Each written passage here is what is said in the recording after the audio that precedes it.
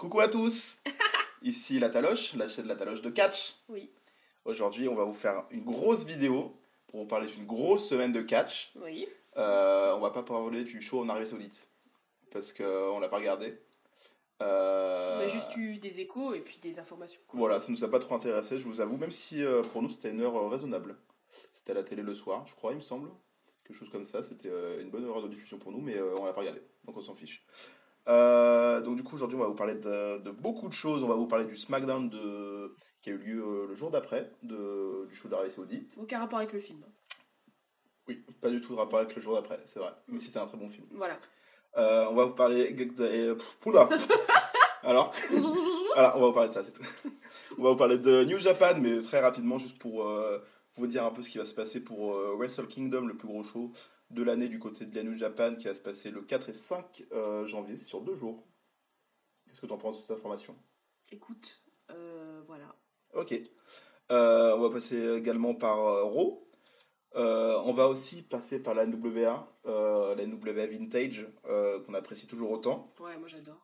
Même si j'ai pas regardé. Ce côté un petit peu autour de bataille, regardez vite fait avec moi, Ouais. hein, mais pas non plus des masses. On va juste parler d'Impact, mais très rapidement. Je vais peut-être passer juste 2 phrases histoire d'en parler, mais pas plus parce que j'ai pas regardé le show. Et puis après, on va vous parler également de NXT, comme d'habitude, AEW comme d'habitude, et vite fait aussi, on va vous parler de SmackDown qui a eu lieu le 8 novembre, donc du coup le dernier qui était enregistré en Grande-Bretagne. Mhm.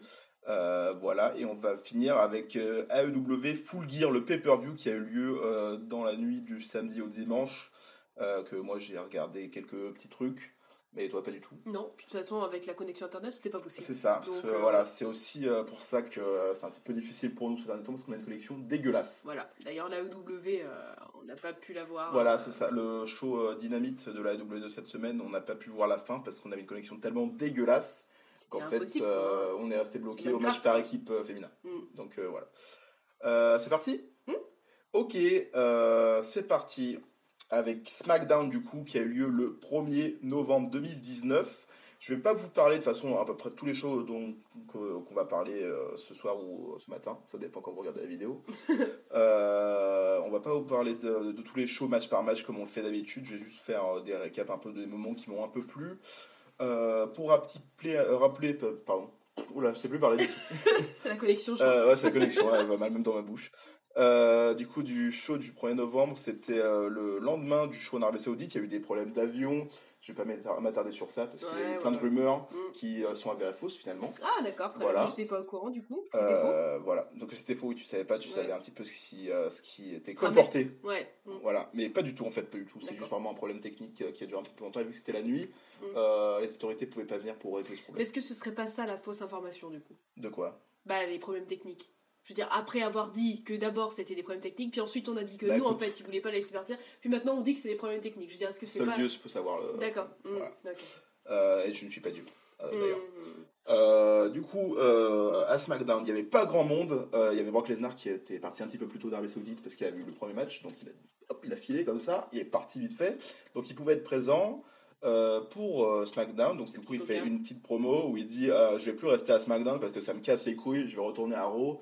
Maintenant, je vais être champion à Raw parce qu'effectivement, le problème c'est qu'il y avait 2 champions du coup à SmackDown. Il y avait The Fiend qui a gagné contre Seth Rollins et Brock Lesnar, et du coup 2 champions mondiaux dans un même show. Bien sûr. Ça crée quelques problèmes. Donc du coup, on a décidé de mettre Brock Lesnar à Raw. Du coup, une promo très sympathique qui a eu lieu. Je vais pas m'attarder après sur ce qui s'est passé.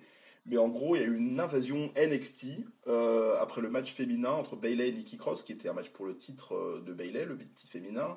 Shayna Baszler est venue de la foule, elle a détruit Sasha Banks, elle a détruit Bayley, et elle est repartie avec sa ceinture pour dire, vous avez vu, bientôt, on va tous s'affronter, mais c'est moi la championne la meilleure, quoi. Voilà, je suis pas sûr qu'elle parle comme ça, même si elle doit avoir un sacré accent de cowboy. Ouais, bien sûr. Voilà. Ensuite, il y a eu Sami Zayn qui était sur le ring. Lui aussi, il n'était pas en Arabie Saoudite parce qu'il est il est pour la Palestine.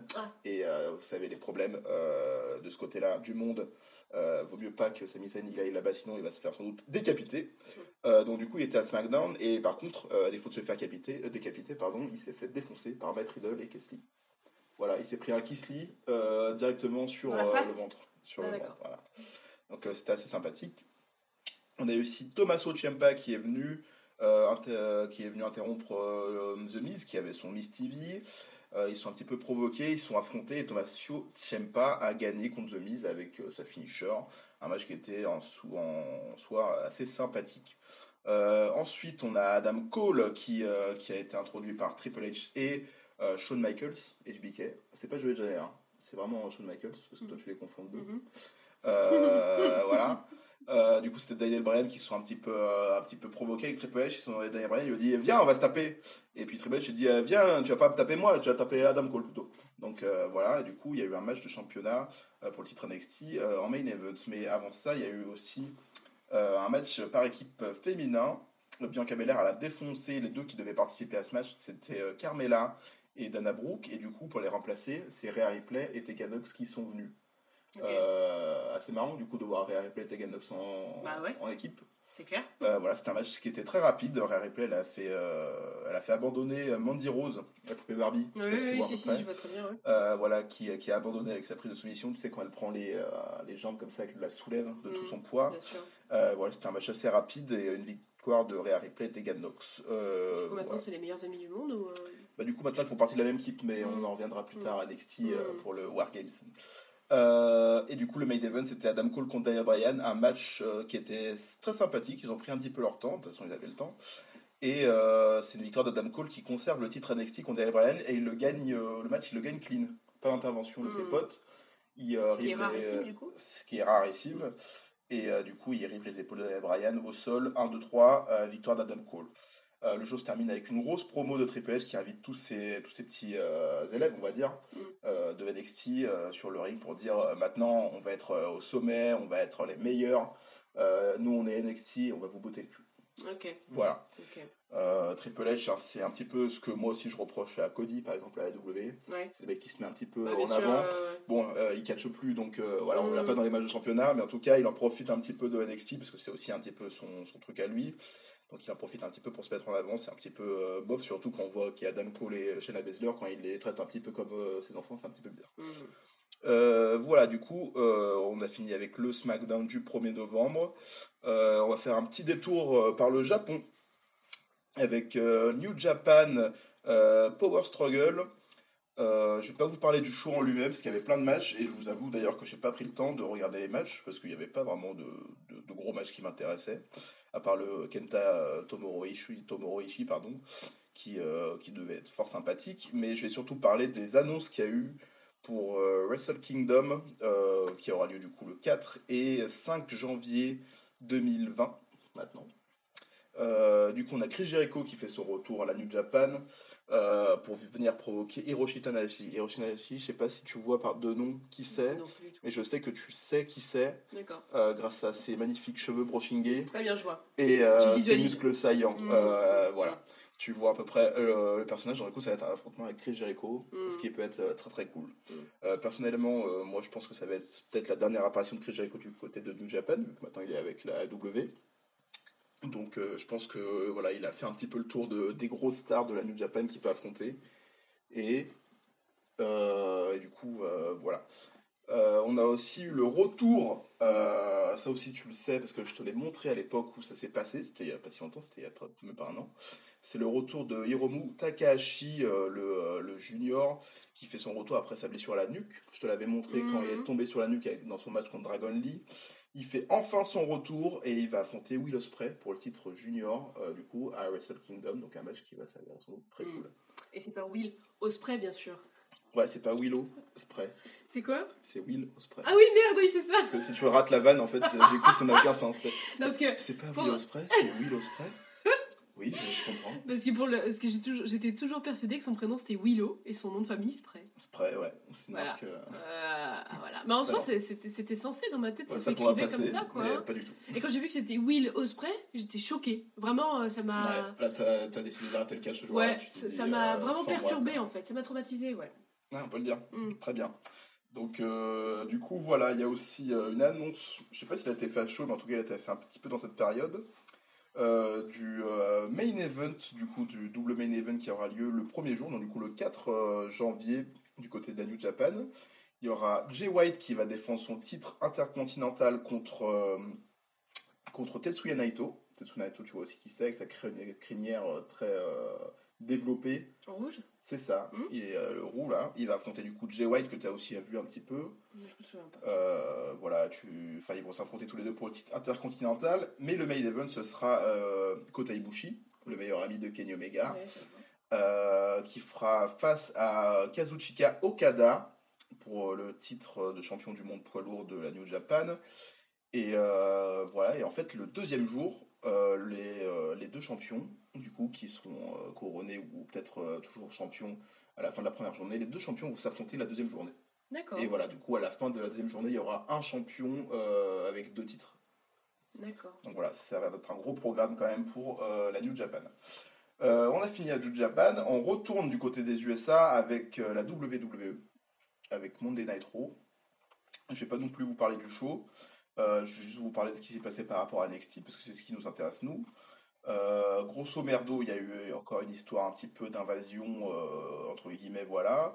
Il y a eu une confrontation entre Shayna Baszler et Becky Lynch pour teaser le match qu'il va y avoir. C'est un match avec toutes les championnes féminines qui s'affrontent, donc du coup il y aura aussi Bayley dans le délire. Une promo entre les deux qui se font face, qui est assez sympathique. Becky Lynch qui est toujours de même, hein, qui lui fait face et qui dit vas-y, donne tout ce que t'as, tu vas voir, on va bien s'affronter, on va bien se casser la gueule. Voilà, il y a aussi le main event du coup qui était entre Adam Cole et Seth Rollins, toujours pour le titre NXT, Adam Cole qui fait la tournée. Voilà, mais le match pour ce coup-là se termine en disqualification parce qu'il y a les potes d'Adam Cole qui viennent Évidemment. un peu lui sauver pas les miches. trop non plus, quoi. Faut Voilà, pas, faut pas déconner une fois, mais pas deux non plus. Ouais. Du coup voilà, et puis à la fin c'est parti en cacahuète, hein, ils sont tous venus, les gens pour défendre Raw, les gens pour attaquer avec NXT. La salade de la chou. salade de chou qu'on adore tant sur la taloche. Et voilà, ça c'est terminé grosso merdo comme ça avec Ricochet et Kesley qui sautent sur tout le monde à l'extérieur. Voilà, on n'a pas encore terminé le programme de la WWE parce qu'on va y retourner, mais on va partir du côté d'Atlanta pour NWA Power, le show d'une heure sur YouTube, toujours fort sympathique, gratuit, je vous le rappelle, n'hésitez pas à aller voir. Du coup, je vais non pas plus parler de tous les détails de ce match, de ce show-là, pardon, même si je l'ai vu en intégralité. On va vous parler, je pense, un petit peu de Thunder Rosa, qui a eu un match contre Ashley Vox, la sosie de Zendaya. Oui, c'est vrai. Voilà. Thunder Rosa qui gagne. Moi, j'ai hâte de voir ce qui va se passer avec elle. Il y a ensuite une confrontation avec Allysin Kay, la championne de la NWA, avec sa fameuse ceinture comme si elle était décédée, là, avec sa tête dessus. Ah oui. Voilà. Et puis après, il y a Marty Bell, la métisse avec les gros cheveux, qui vient, et puis finalement, elle décide de rejoindre Thunder Rosa en trahissant Allysin Kay. D'accord. Voilà, donc un programme pour la division féminine qui s'annonce un petit peu plus étoffé. On a toujours le délire avec Aaron Stevens, qui se prend pour un comédien, qui cette fois-là fait face à Ricky Stark, donc un rematch de la semaine dernière, il me semble, dans un meilleur des 3 manches. Et c'est Ricky Stark qui bat très facilement Aaron Stevens en 2 tombées directement.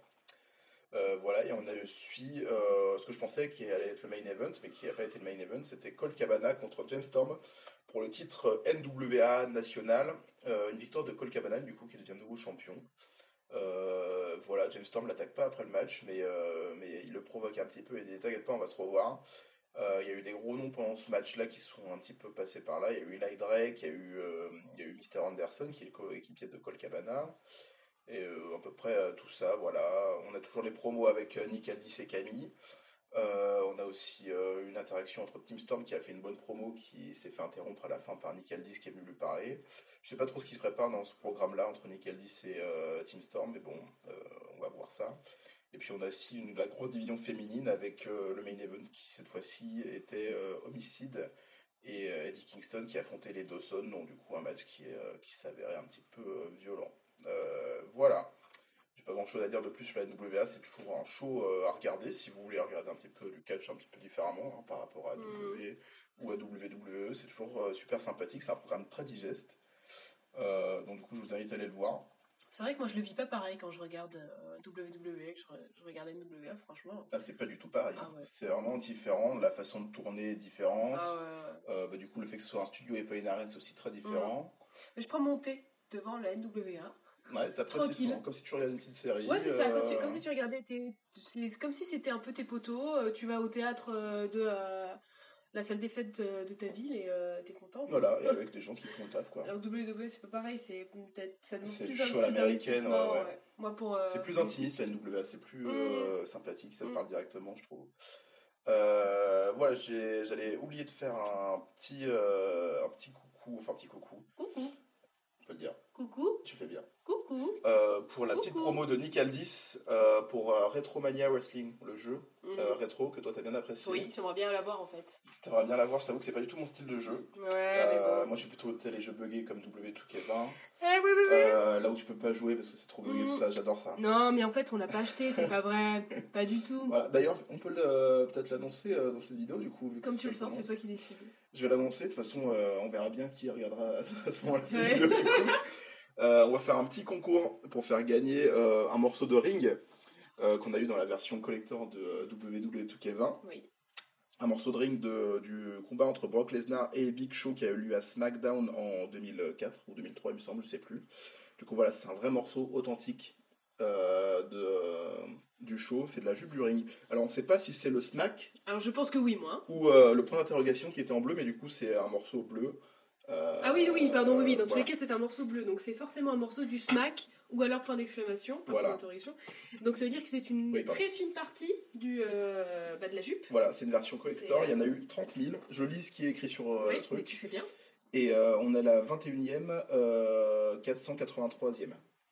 Quoi 20, t'as eu millième 483e, c'est compliqué tout ça. Bref, voilà.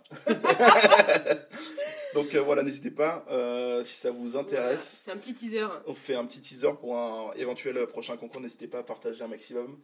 Je pense qu'on peut faire un petit challenge. Ouais.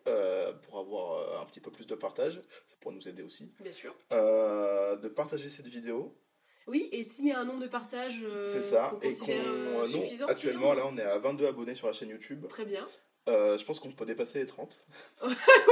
Je me lance pas trop sur le long terme. Et puis voilà. Écoute, si on dépasse les 30. Si on dépasse les 30 abonnés, oui. Je pense qu'on peut faire un petit tweet pour lancer le concours. Ouais, parfait. Et voilà, ça ira. Comme ça, on fera un tirage au sort totalement aléatoire. Totalement tiré au sort. Totalement tiré au sort, c'est ça. Voilà. Voilà, donc du coup, c'était la petite pub à la tâche. Je vais faire un petit tour du côté d'Impact. Ça, c'est juste pour faire plaisir à Whitgreen parce que j'ai pas vu le show. Voilà, j'ai pas eu le temps cette semaine. Mais voilà, je voulais juste parler de ce qui s'est un petit peu passé. Coucou. Pourquoi je dis coucou Ça J'ai dit, je voudrais juste. Ça se passe à n'importe quel moment. Ok, très bien. Merci, Miss Jirachi. Je voulais parler du main event qu'il y a eu et surtout du programme qu'il va y avoir autour du titre mondial de Impact qui va être entre Sami Callihan et Tessa Blanchard. Donc du coup on va avoir une femme dans le title picture comme on appelle ça pour le titre mondial. Est-ce que toi du coup la femme du groupe Alors écoute, moi ça me dit rien en fait, je comprends pas trop ce qui se passe, moi je connais pas bien là. En gros, pour te résumer ça, Sami Callihan qui est vice-président à droite. Puisqu'on regarde quelque chose, et est devenu champion du monde. Oui. Voilà, et en fait, avec Tessa Blanchard, ils ont une réalité. Enfin, le groupe de Sami Callihan et Tessa Blanchard ont une réalité. Tu l'as déjà vu, elle, non ? Oui, tu l'as déjà vu. Ah, oui. Tu l'as vu d'ailleurs, je crois, dans Beyond Classic. Ouais, bah oui, de toute façon, oui. Voilà, elle était pas trop comme ça physiquement parce qu'elle s'est un petit peu musclée. D'accord. Je sais pas si c'est naturel, mais on s'en fout. Mais voilà, donc du coup, elle a une rivalité avec l'autre gaillard depuis quelques mois maintenant. Et lui, il vient de devenir champion du monde. Donc du coup, elle vient un petit peu lui dire. Mon pote, maintenant, on va s'affronter pour le titre de champion du monde.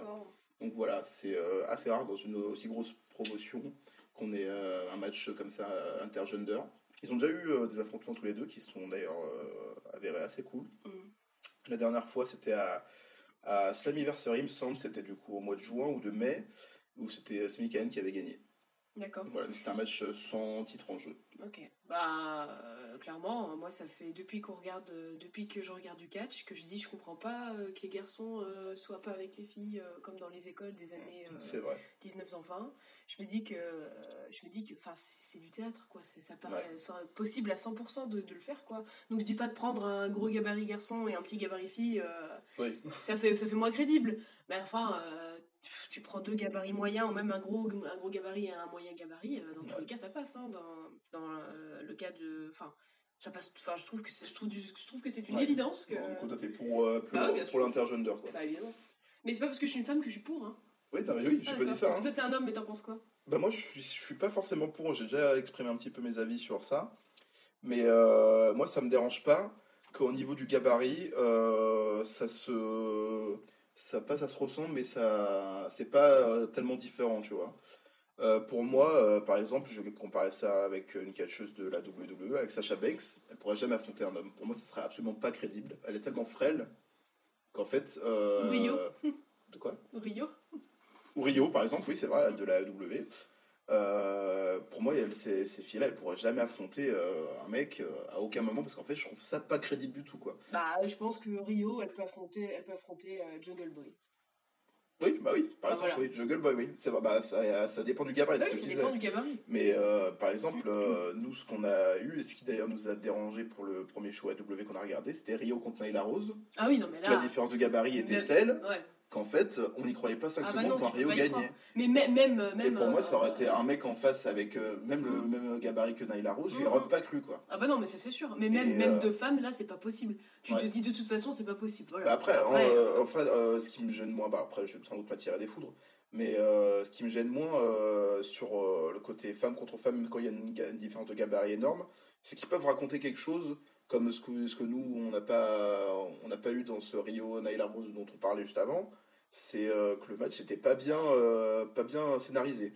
C'est-à-dire qu'en fait, Rio, elle mettait à mal Nyla Rose dès le début, alors que différence de gabarit, ça n'avait aucun sens, en fait. Ça n'avait aucun sens. Donc du coup, voilà, moi ça me dérange pas les genres tant que c'est bien foutu et qu'il n'y a pas une différence de gabarit qui me gêne, ou en tout cas qui raconte une histoire par rapport à cette différence de gabarit-là.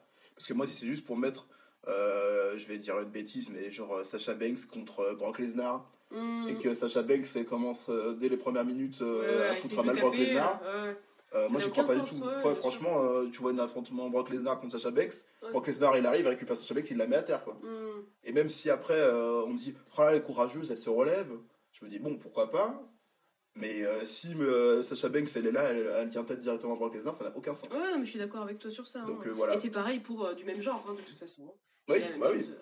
Mais c'est pour ça qu'il y a beaucoup d'affrontements que moi j'aime beaucoup, ce qu'on appelle ça les David contre Goliath. Ouais. C'est par exemple des Rey Mysterio contre actuellement, d'ailleurs ce qui se passe en ce moment c'est Brock Lesnar contre Rey Mysterio, une réalité qui se prépare entre les deux. Mais c'est que du coup ça joue sur le fait que Rey Mysterio il peut faire différence par rapport en utilisant des armes, des choses comme ça, quoi. Donc là c'est sympathique. On va revenir du coup au sujet d'Impact avec Tessa Blanchard contre Sami Callihan. Mais moi ça me dérange pas, déjà le premier affrontement. J'ai trouvé très sympathique. J'avais peur qu'ils fassent gagner Tessa Blanchard directement dans leur premier affrontement. Je me disais, bon, ça aurait été un petit peu facile directement, elle gagne tout ça. Mais là, ils n'ont pas fait du tout ça. Et du coup, cette revanche-là, je m'attends plus du coup à une victoire de Tessa Blanchard. Ça pourrait même faire un gros coup de pub pour Impact. Mais la différence de gabarit fait telle qu'en fait, moi, ça me dérange pas du tout cet affrontement-là. Ouais. Parce que les deux, Sami Callihan, c'est pas un poids lourd extrêmement lourd, c'est un mec d'un mec 80, certes un petit peu large parce qu'il a un petit peu du bide. Mais Tessa Blanchard, c'est quand même une meuf très barrée, quoi. Ouais. Après, il faudrait pas que dans ce genre de. Là, il commence à faire ça, voilà, je trouve ça super. Il faudrait pas non plus que les hommes. Alors, si l'homme gagne, c'est cool.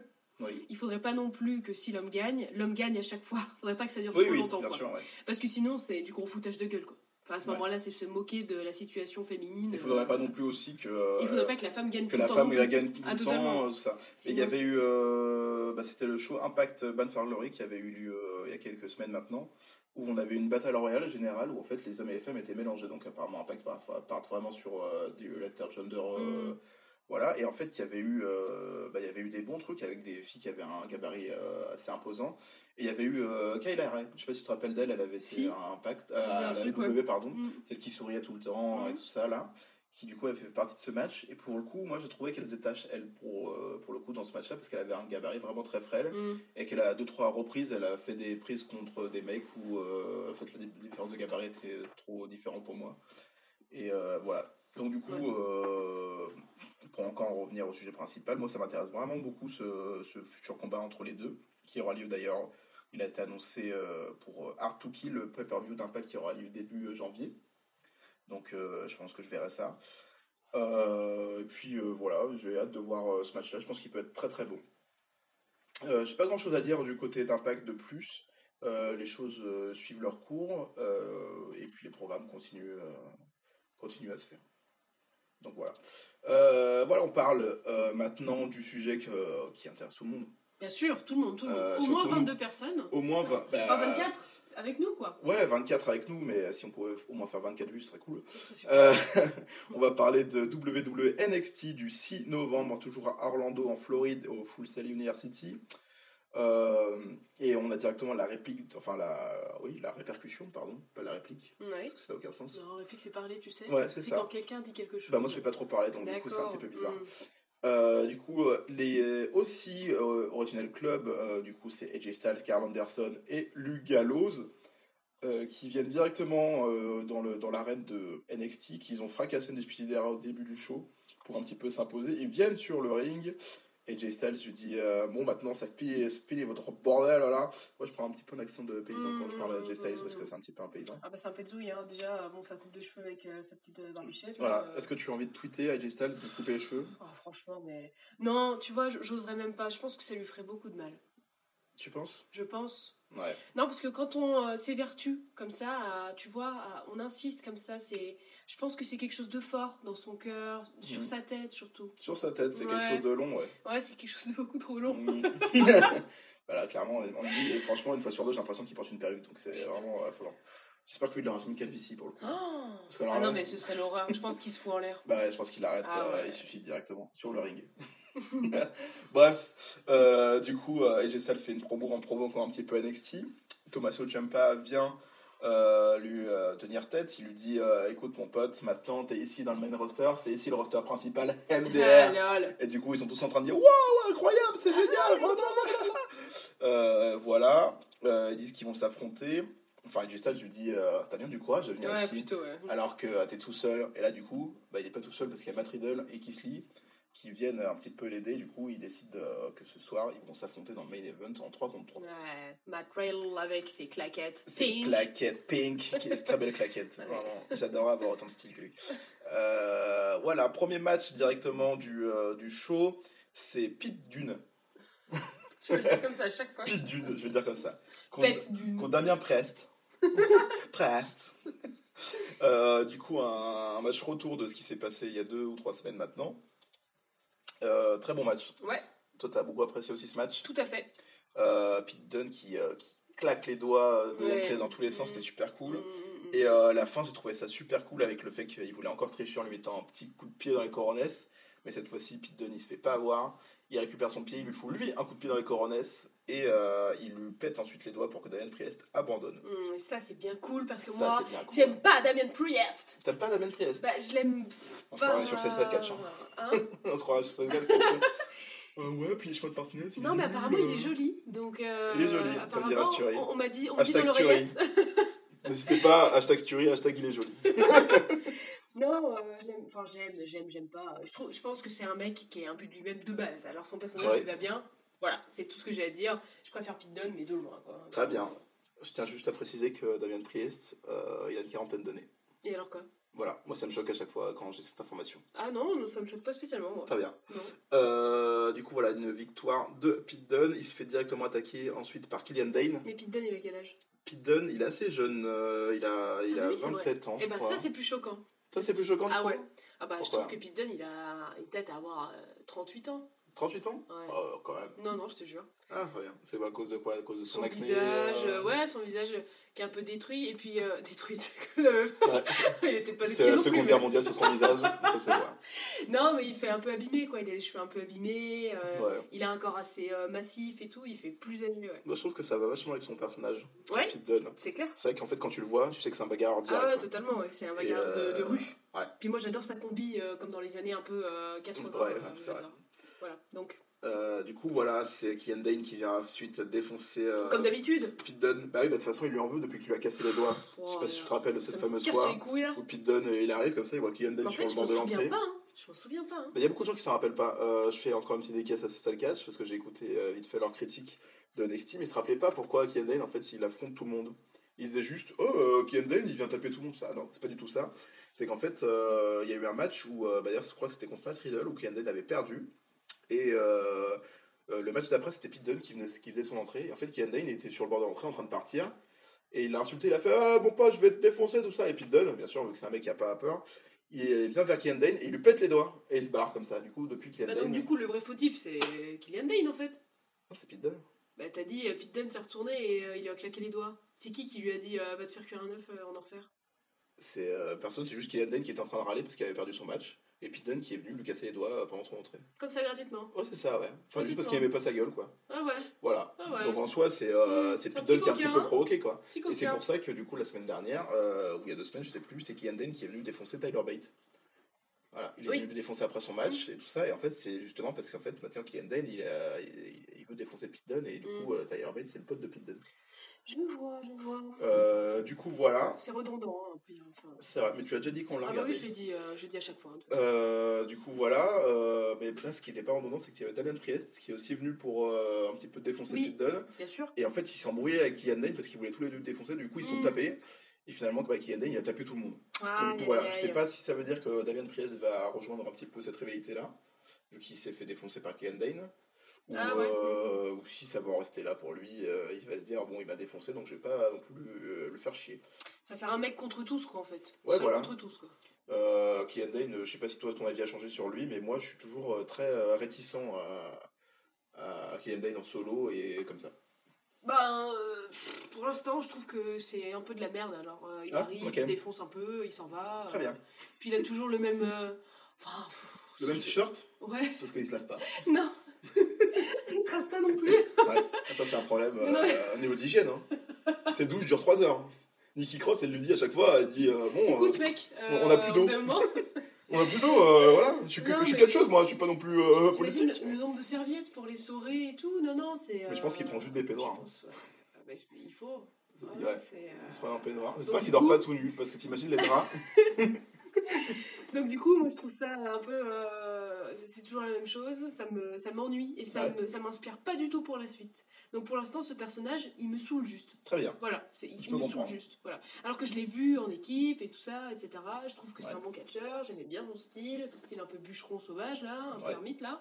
Je trouve ça cool, c'est bien qu'il y en ait un comme lui, mais là pour l'instant, ça me vend pas du rêve du tout, quoi. Très bien. Donc je l'imagine juste pas. Ouais. Voilà. Ok. N'imaginons pas, mais par contre, la suite, on va devoir l'imaginer parce que ça va être une petite promo pour Wargames, pour le Wargames féminin. Ouais. C'est Dakota Kai qui se prépare en coulisses comme ça, hop, elle soulève l'élastique comme ça pour Dakota Kai qui s'entraîne, elle se fait interviewer, elle dit vous en pensez quoi du fait que vous allez vous faire défoncer ce soir par Shayna Baszler? Écoute, je vais donner tout ce que j'ai. Et voilà.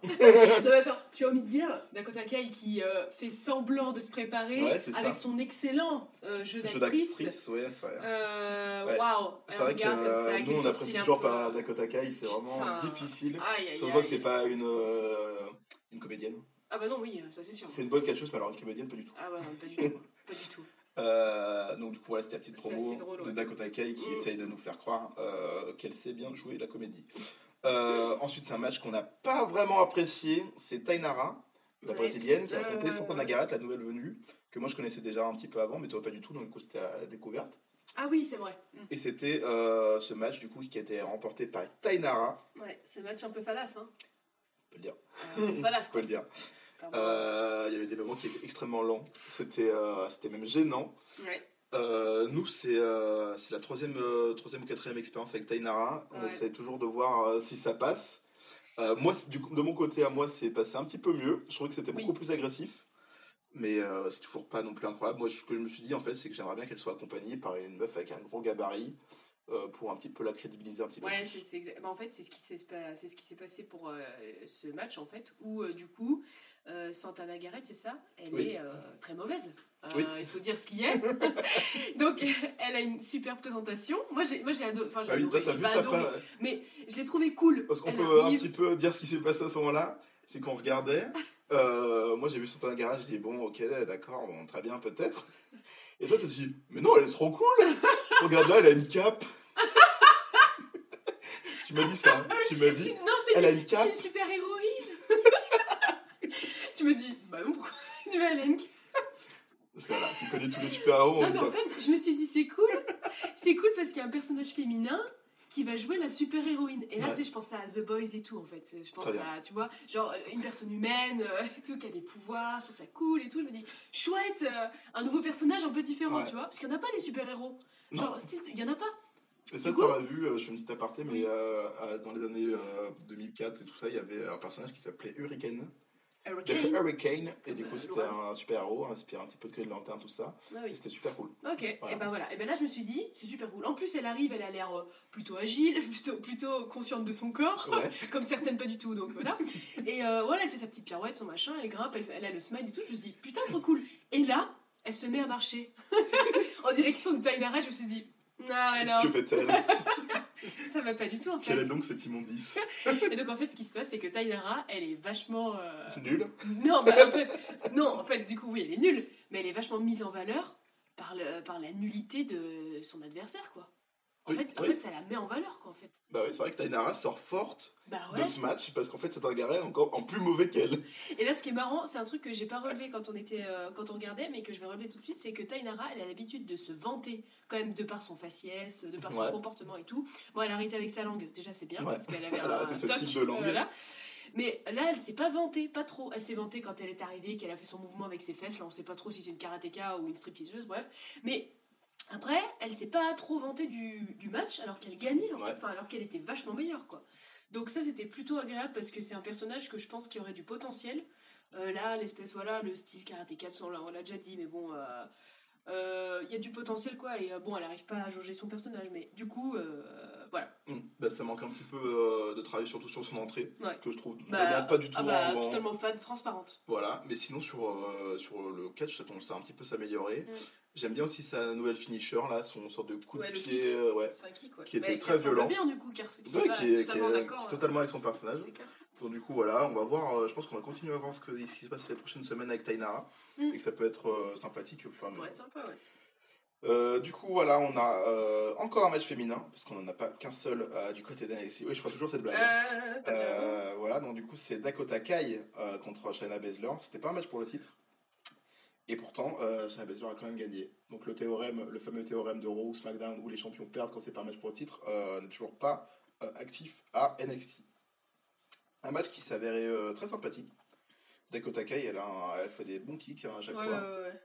Et qu'elle se donne en fait. Elle se donne à fond sur un ring, c'est vachement très correct quand même. C'est quand même une victoire de Shayna Baszler par soumission. D'ailleurs, c'était super cool à la fin de la soumission où même Dakota Kai essaie de tourner direction des cordes et en fait Shayna Baszler a réussi à prendre le bras de Dakota Kai avec sa jambe pour la bloquer définitivement et la faire abandonner. C'est bien. C'était un match très correct, c'est à voir je pense. Un bon match féminin. Du coup ensuite on a la fameuse salade de fruits. Jolie. Entre toutes les filles qui viennent encore s'affronter encore une fois. Il y a les filles qui viennent sauver Dakota Kai.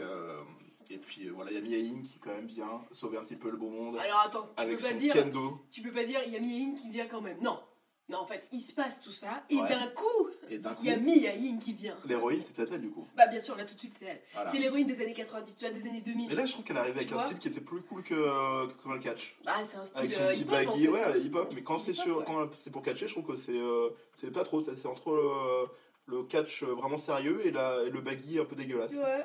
Donc je trouve trop, mais là c'était vachement cool, elle est venue avec du coup un kendo stick et elle a frappé tout le monde. Même ses coéquipiers. Oh, elle est partie. Elle a pas regardé. Trop bizarre. Elle a foutu des bons coups, surtout sur.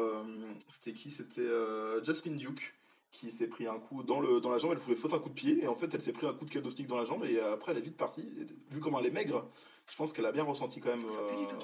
C'est la toute maigre avec le tatouage sur le côté. Oui, bien sûr, oui, la blonde, la toute maigre. C'est ça. Voilà, du coup, voilà. Donc, c'est tout ce qui s'est passé. Pour le moment, en tout cas, parce qu'il va après y avoir encore une promo. Suspense. Du coup, voilà. Par contre, je tiens quand même à dire que du coup, ma théorie, moi, que je voulais, c'est avérée du coup totalement fausse. Le fait que ça soit Dakota Kai qui batte Shayna Baszler pour le titre. Parce que du coup, elle a encore perdu là. Et du coup, elle le battra sans doute jamais à Shayna Baszler. Et c'est un peu l'histoire d'une vie, quoi. Voilà, c'est l'histoire de la vie, comme disait l'autre. Je pense que s'il était moins mauvaise actrice... Peut-être. Voilà. Peut-être que si elle était meilleure, elle serait bonne. Et voilà. Mais c'est pas le cas. Ouais, bien sûr. Voilà, on a un match, du coup, du côté des poids légers. Je sais pas si ça fait plaisir à Wingreen qui adore les poids légers, mais pas NXT, donc du coup, voilà, peut-être qu'il a regardé que ce match. Mais c'était Tony Nese. Du coup, toi, tu faisais sa rencontre. Moi, j'adore ce catcheur depuis très très longtemps déjà en indépendant, je le regardais. Qui affronte ce soir André Garza. C'est un match très sympathique parce que du coup, ils ont tous les deux une sorte d'attitude de beau gosse. André Garza, c'est le beau gosse latino et Tony Nese, c'est le BG musclé qui a des muscles de partout, même des endroits où il ne faudrait pas. Ah oui, c'est vrai, c'est celui avec les bras énormes là. C'est ça. D'accord, avec les petites montagnes. Voilà, donc du coup, c'est une victoire de André Garza qui devient du coup challenger. Et ça, c'est bien. Pour le titre de Lio Rush. Qu'est-ce que tu en as pensé de Tony Nese, ce beau gosse musclé? Parce que tu sais, il a 8 raisons pour lesquelles tu devrais l'apprécier. C'est 1, 2, 3, 4, 5, 7. T'as oublié 5. Ouais, c'est vrai. Ok. Je n'en penserais du tout. Toi, on a bien apprécié tous les deux, même d'ailleurs le spot avec le pantalon, quand il voulait lui faire. Oui, ça c'était super cool. Et qu'en fait, il a juste le pantalon. Bah, il le fait, mais qu'avec le pantalon, c'était super cool. En fin de compte, je me demandais à quel moment il allait enlever son pantalon, pas parce que j'ai envie qu'il l'enlève, bien sûr, mais on l'attend, on se dit à quel moment il va l'enlever. Et d'habitude, il l'enlève plus tôt. Et là, je me dis, putain, il peut pas l'enlever et tout. C'est un match un peu compliqué pour lui, merde. Et puis là, je me dis, franchement, c'était super bien placé. Ouais, c'était très cool. Victoire d'André Garza. C'est super cool. Moi, j'ai hâte de voir le match encore avec les Roches. Il y a déjà eu un match entre eux il y a quelques semaines, mais pourquoi pas une revanche un petit peu plus musclée. Entre les deux. Musclé lol, sans Tony Nese. Ouais, sans Tony Nese, mais quand même musclé. Voilà, ensuite il y a Lio Rush qui vient sur la rampe d'entrée pour féliciter André Garza. André Garza lui fout une grosse claque. Ouais, alors ça m'a. J'ai pas trop compris le. Bah, je pense que c'est pour avoir plus d'attitude, tu vois. Il s'est dit, j'ai déjà affronté une fois pour le titre poids léger et je me suis fait battre, donc cette fois je vais avoir plus d'attitude. Ouais, peut-être, ouais. Donc voilà, c'est le développement de personnage, donc ça peut être sympathique. On retrouve Katie Kelly. Qui est dans les coulisses. Et pas Katy Perry, aucun rapport. Ouais, parce que c'est pas la même. Du coup. Voilà. Du coup, qui interview Rhea Ripley et la bande à Rhea Ripley. La fameuse bande à la bande à Rhea. Du coup, qui parle de Wargames qui va se passer. Elle est toujours en train de préparer son équipe, Rhea Ripley, parce que voilà, elle a choisi du coup qui était dans son équipe. C'était c'était Tegan Nox. Ouais. Et l'autre personne qui était dans son équipe, c'était Candice LeRae, voilà. Et du coup, vu que c'est des équipes de 4 cette année, ils cherchaient la dernière. La dernière, bien sûr. Et vu que Mia Yim est venue un peu les sauver, elle dit écoute Mia Yim, c'est toi qui va rejoindre l'équipe, quoi. Et là, on fait un zoom sur le visage de Dakota Kai. Qui est en train de pleurer. Hello darkness, my old friend. Et là, elle fait ok, comme ça, elle s'en va. Ouais, elle s'en va un petit peu vexée. Et là, je me suis dit que... Et là, oui, il y a eu la théorie d'abord. Il faut quand même préciser que Tegan Nox, elle a fait « Oh mince, ma pote, elle se barre. Ok, on va la défoncer, les autres. » Genre, elle a oublié sa pote en 2 secondes. Vraiment, BFF, pas trop non plus, quoi. BFF intermittent. Du coup, oui, vas-y, dis-nous la théorie à laquelle tu as pensé, qui était très intelligente. Mais parce que je suis quelqu'un de très intelligent. On peut même dire que c'était la première dans le YouTube francophone de catch à y avoir pensé, même dans la communauté francophone de catch. Mais je pense, mais même au-delà, tu vois, même au-delà. Je pense que dans la communauté mondiale. Shayna Baszler ne le savait pas avant que je le dise. C'est toi, tu lui as envoyé un petit SMS. C'est moi. Je lui ai dit, écoute, meuf, j'ai vraiment une idée de ouf. Ouais, parce que du coup, il faut quand même dire que Shayna Baszler, elle aussi, elle a sa petite équipe. Du coup, il y a Bianca Belair et Io Shirai, j'allais l'oublier. Ouais. Et du coup, il manque aussi une partenaire. Attends, mais il y a Shayna Baszler. Elles sont combien, t'as dit ? Elles sont 4. Elles sont 4 en tout ? Oui. C'est du 4 contre 4. C'est qui de l'autre côté déjà ? C'est Rhea Ripley, Tegan Nox, Candice LeRae et Mia Yim, du coup. Et Mia Yim, ouais. Et bah, du coup, l'idée, ce serait que Dakota Kai aille avec Shayna Baszler, quoi. Tu peux le dire un peu plus fort, s'il te plaît ? Écoute, l'idée, ce serait que Dakota Kai Team Kick aille chez Shayna, quoi. Shayna Baszler. Voilà. Donc, Shayna Baszler. La théorie, je vais mettre une grosse miniature avec ta tête avec écrit énorme théorie dans cette vidéo. Et du coup, c'est Dakota Kai qui rejoint la team de Shayna Baszler le jour de Wargames. Ce serait oufissime. Ce serait incroyable. Franchement, ce serait vraiment génial. Ce serait bien foutu quand même. D'autant plus qu'elle joue tellement mal que je pense qu'elle jouerait mieux la méchante. Ouais. La vraie méchante. De toute façon, ça peut pas être pire que ce qu'elle fait actuellement. Non, pas du tout. Ou alors, et puis, vu que Shayna Baszler est quand même assez, comment dire, maligne. elle est maligne, elle est même diabolique. Ouais, elle serait capable de récupérer une ancienne partenaire. Dire, Vous avez vu, vous allez affronter votre pote. Voilà. Oh là là.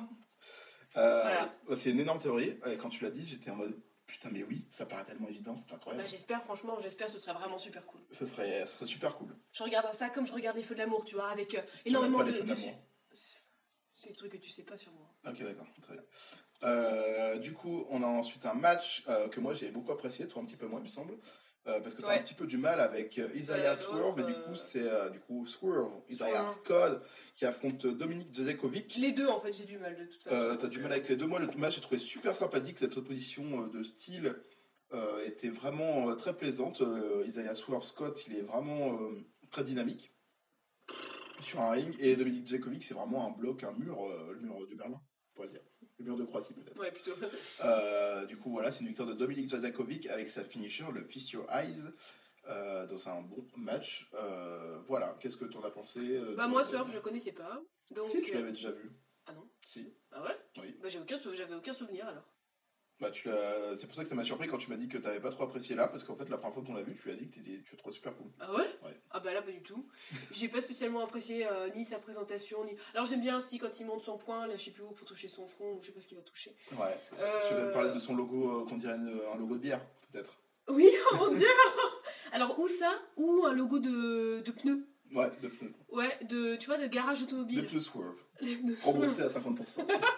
Bon, franchement, dites-nous dans les commentaires, on est d'accord que son logo, là, son design... Son logo, il est dégueulasse. Dégueulasse. Je pense que si quelqu'un dit le contraire, c'est vraiment qu'il est faux cul. Ouais. Ouais. Et sinon, non, c'est un... En fait, je sais pas, ça m'a un peu blasé ce catch, j'ai pas spécialement regardé. Déjà, Dijakovic, là, lui, là. Ouais. Dodo, Dodo, je le vois souvent et puis il me laisse assez indifférente et peut-être un manque de charisme de son côté. Ouais, il y a un manque de charisme et donc du coup voilà, et Swerve en fait quand j'ai vu son logo je me suis dit non je vais plutôt me retourner et dormir. Ouais. Voilà, c'est ça que je me suis dit. Très bien. Donc, du coup, c'était une victoire de Dominik Dijakovic. On a ensuite une petite promo pour dire que la semaine prochaine, il y aura Mia Yim contre Io Shirai qui vont s'affronter dans un match de l'échelle pour prendre l'avantage pour le match War Games. C'est cool ça. Alors, ça, le match de l'échelle, je sais pas d'où il sort. Parce que déjà, le War Games, c'est pas un match de l'échelle. Donc, je me suis dit, pourquoi font-ils ça? Ça n'a pratiquement aucun sens. Voilà. Et là, on passe au main event de la soirée. C'est un match du coup 3 contre 3 qui a été annoncé au tout début du show. Du coup, c'est The O.C., donc Original Club, AJ Styles, Karl Anderson et Luke Gallows qui affrontent Matt Riddle, Keith Lee et Tommaso Ciampa. Un match que j'ai bien apprécié, c'était super dynamique. Matt Riddle, il a foutu un gros beul, je le dis, au milieu du match et il était vraiment super dynamique. AJ Styles à NXT, c'est quand même vachement cool. Même d'ailleurs, Karl Anderson et Luke Gallows, c'est la première fois qu'ils viennent à NXT et ça marche super bien avec la foule, ils les aiment vraiment pas. Ah bah, ouais. Et surtout en face, on a quand même des têtes d'affiche qui sont ultra appréciées, donc du coup, ça fait totalement le taf, quoi. On a ensuite une fin de match avec Matt Riddle qui saute par-dessus la troisième corde, mais il se foire totalement. Ah ouais, putain. On a cru qu'il s'était brisé la nuque. Parce limite, j'ai fermé les yeux, je voulais pas voir ça, quoi. Ça a failli être très moche. Et du coup, voilà. C'est rare quand il se foire, putain. C'est rare quand il se foire, mais alors là, c'était. Ah ouais, c'était énorme, quoi. J'ai eu des sueurs froides dans le cul. Ah ouais. Du coup, à ce moment-là, il y a beaucoup de gens extérieurs, mais il reste Tommaso Ciampa et AJ Styles qui sont sur le ring. Tommaso Ciampa prend l'avantage, il part pour son Fairy Tail Ending, donc sa finisher. Et là, il y a la musique de Finn Balor. Enfin, vous voyez. Qui arrive. Vous voyez. Allez, tout le monde y a fait quoi. Ouais. Voilà, du coup, ça a distrait Tommaso Ciampa. Il fait oh my god. Qu'est donc cette musique que je ne comprends pas. Et du coup, AJ Styles, il en profite pour mettre au sol AJ Styles. Pour mettre au sol. Pardon. Lui-même. AJ Styles, il se met au sol tout seul. Pour mettre au sol Ciampa. Et du coup, Finn Balor et AJ Styles, ils se regardent comme ça. Ils font le signe de Too Sweet, en mode, vous avez vu, on est du même groupe, The Bullet Club. Ouais. Et Finn Balor, il porte son Bloody Sunday. Parce que la dernière fois, j'ai dit que c'était un nom avec une année. Et en fait, pas du tout. C'est le Bloody Sunday. Je sais pas, peut-être qu'avant c'était un autre nom, mais je suis resté sur ça. Ou alors tu t'es totalement planté. Ouais, peut-être que je suis une grosse merde aussi. Du coup, voilà, il porte son Bloody Sunday directement à l'extérieur sur Matt Riddle. Et du coup, il se fait signe à AJ Styles d'en finir avec Tommaso Ciampa. Et à ce moment-là, AJ Styles se prépare pour sa finisher, le Styles Flash. Et il y a Adam Cole qui vient avec une petite agrafe comme ça là sur l'œil, donc je pense qu'il s'est un petit peu ouvert. Et hop, super kick sur AJ Styles. AJ Styles qui vend magnifiquement super kick. Hein, il tombe à l'extérieur, t'as l'impression qu'il est mort. Il s'est pris une balle. Ouais. Et du coup, voilà. Il fait ensuite sa finisher sur Tommaso Ciampa. Et le show se termine avec Finn Balor et Adam Cole qui se regardent pour se dire bientôt, on va tous les deux se mettre sur la gueule. Voilà, un show que j'ai vraiment apprécié. Tout est fluide, encore une fois. NXT, c'est vraiment un avantage, c'est que je trouve qu'il n'y a vraiment rien de décousu. Tout se suit, c'est super cool. Là, de voir AJ Styles, Karl Anderson et Luke Gallows, Full Sail University, c'est super cool. Et l'avantage aussi, je me suis dit, du coup, pendant ce show, par rapport à cette guerre qu'il y a entre tous les shows en ce moment, à la WWE, c'est que l'avantage, ce qui pour moi était un désavantage par rapport à la concurrence dans ces derniers temps, et qui en fait s'avère être un avantage par rapport à la WWE, c'est qu'en fait NXT ils sont toujours dans la même arène. Donc du coup, ils ont un public de fidèles qui vient tout le temps, un public qui connaît les catcheurs qui sont là, qui sont pro NXT en fait. Donc du coup, comme là quand il y a du coup The OC qui viennent au Full Sail NXT, ils se font huer parce qu'ils sont pas du même show, ils sont pas chez eux et ça marche super bien. Et je trouve ça super cool. Donc du coup, c'est vrai que ça me fait revenir sur ma façon de voir les choses par rapport à cette rivalité qui est entre NXT et AEW, qui pour moi, le point faible un peu de NXT, c'était le fait qu'ils soient toujours dans la même arène. Mais là, ça s'avère être un point fort pour cette réalité interbrand. Et c'est bien joué de la part de la WWE, je trouve. Voilà, t'as pas d'autre chose à dire sur ce show ? Bah non, c'est qu'à la fin, quand AJ Styles, quand je l'ai vu, tout ça, je me suis dit ce serait marrant qu'il y ait Adam Cole qui vient. Oui, parce que toi tu trouves qu'ils se ressemblent. Ah mais de ouf. En fait, c'est-à-dire que tous les deux ne portent pas spécialement bien les cheveux longs, mais quand même Adam Cole, c'est beaucoup plus un BG. C'est plus un BG. AJ Styles, ça fait vraiment un mec qui a pas eu les cheveux longs. Non mais ça fait vraiment pire. Alors qu'Adam Cole, je trouve que ça va totalement avec. Et je trouve qu'ils se ressemblent, ils ont pas exactement le même gabarit, mais je trouve qu'ils se ressemblent. Et là, à ce moment-là, quand il est venu, j'ai trouvé ça très drôle. Voilà, c'était la petite anecdote. Et sinon, quand même, on saluera. Comment s'appelle-t-il Finn Balor, qui reste immobile pendant un long moment, qui fixe le regard comme ça. Putain, on a un plan tellement long sur son visage et sur ses yeux, et qui reste comme ça et tout. Et à même un moment, je me suis dit, mais qu'est-ce qui se passe en fait ? Je comprends pas trop le délire. Un mot de flottement et tout. Voilà. Mais du coup, voilà, non, c'était. Mais Finn Balor en heel, c'est super cool. Hein. Ah bah oui, qui a le charisme, il est. Ah non, mais il a un charisme de malade. C'est clair. Et pourtant, il était déjà vraiment très charismatique. Moi, je suis trop contente parce que je l'adorais déjà de base en fait. Hein. Je l'adorais de base et j'adorais NXT, c'était ce que je préférais, donc je suis plus que ravie. Très bien. On va directement chez la concurrence qui s'est passée au même moment avec AEW Dynamite. Ça se passait à Charlotte, en Caroline du Nord, la terre natale de Cody. D'ailleurs, ils vont l'utiliser un petit peu plus tard dans le show. Terre aussi natale de Charlotte, qui vient de Charlotte. Bien sûr. C'est marrant. Charlotte. Pas du tout. Du coup, voilà, le match commence. C'est Pac contre Trent Barretta. D'ailleurs, je sais pas pourquoi on l'appelle encore Barretta, parce qu'en fait, il y a toujours un délire avec le fait que ça soit trademark par la WWE. Donc, normalement, c'est Trent, tout court. Enfin bref, voilà, du coup, Trent qui vient avec ses potes, Chuck Taylor et Orange Cassidy, toujours les best friends, ils viennent tous ensemble. Mais ce soir, il va se prendre une grosse dérouillée, parce qu'il va affronter Pac, le bâtard. Et voilà, c'était un match fort sympathique. Je reviendrai un petit peu sur ce qui s'est passé à la fin du match, le botch, le fameux raté de l'arbitre. Mais, moi, ce qui m'a plu pendant ce match, c'était surtout la confrontation entre Pac et Orange Cassidy. Qui s'avère être une rivalité qui n'existe pas, mais qui est sacrément de la gueule. Entre Pac, qui est un sanguin qui a envie de taper tout le monde, et Orange Cassidy, qui est le mec cool. Et je pense sincèrement que si rivalité commence à être mise en place entre les deux, ça pourrait être l'une des meilleures réalités de la AEW très facilement. Non, pas d'histoire, mais au moins de la AEW pour l'instant. Parce que les deux sont super cool. Toi, t'as, je pense, un peu hâte de voir Orange Cassidy un peu plus sur le ring. Mais là, il a fait ses 3 petits coups. Et avant de pouvoir faire son petit chassé... Son petit kick là dans le... Son petit chassé, il s'est fait défoncer littéralement. Donc, c'est bien, ils sont tombés, hein. Le public était choqué. Mais ça, c'est trop marrant parce qu'à chaque fois, du coup, qu'il se prend la première mandale, ses lunettes dégagent. C'est comme si ça démarrait le match, quoi. C'est genre, allez, c'est maintenant. C'est marrant, genre, il enlève ses lunettes et en fait, il vient super sérieux d'un coup. C'est marrant, il enlève ses lunettes et il y a encore des lunettes dessous. C'est marrant, il enlève ses lunettes et il a pas de yeux. Ce serait marrant, genre, il enlève ses lunettes et il est plus là. Bref, du coup, oui, la fin du match, c'était un énorme raté de la part de l'arbitre.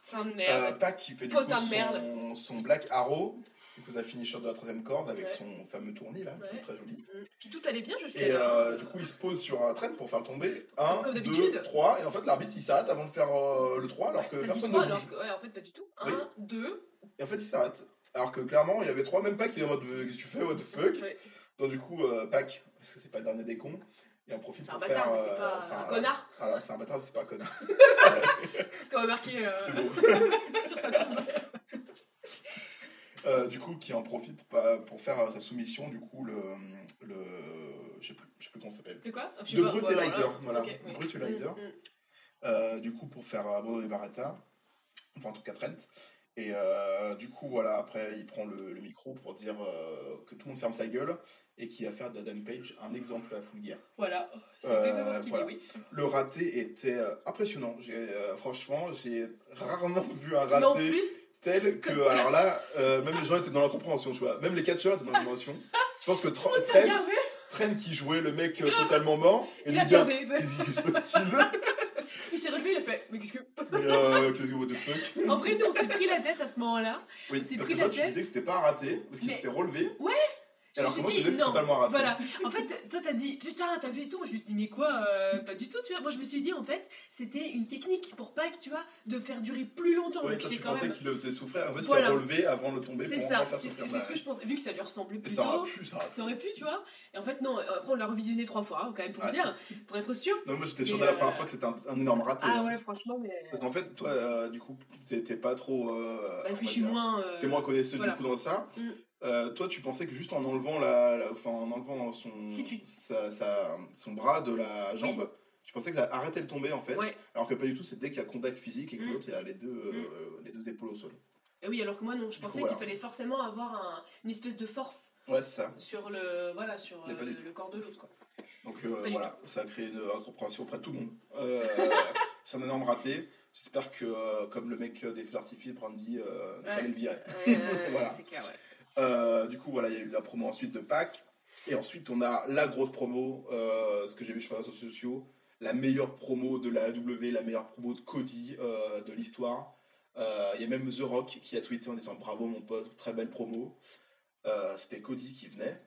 Bien sûr, il s'est fait introduire, pas de la façon dont vous pensez, mais il s'est fait annoncer.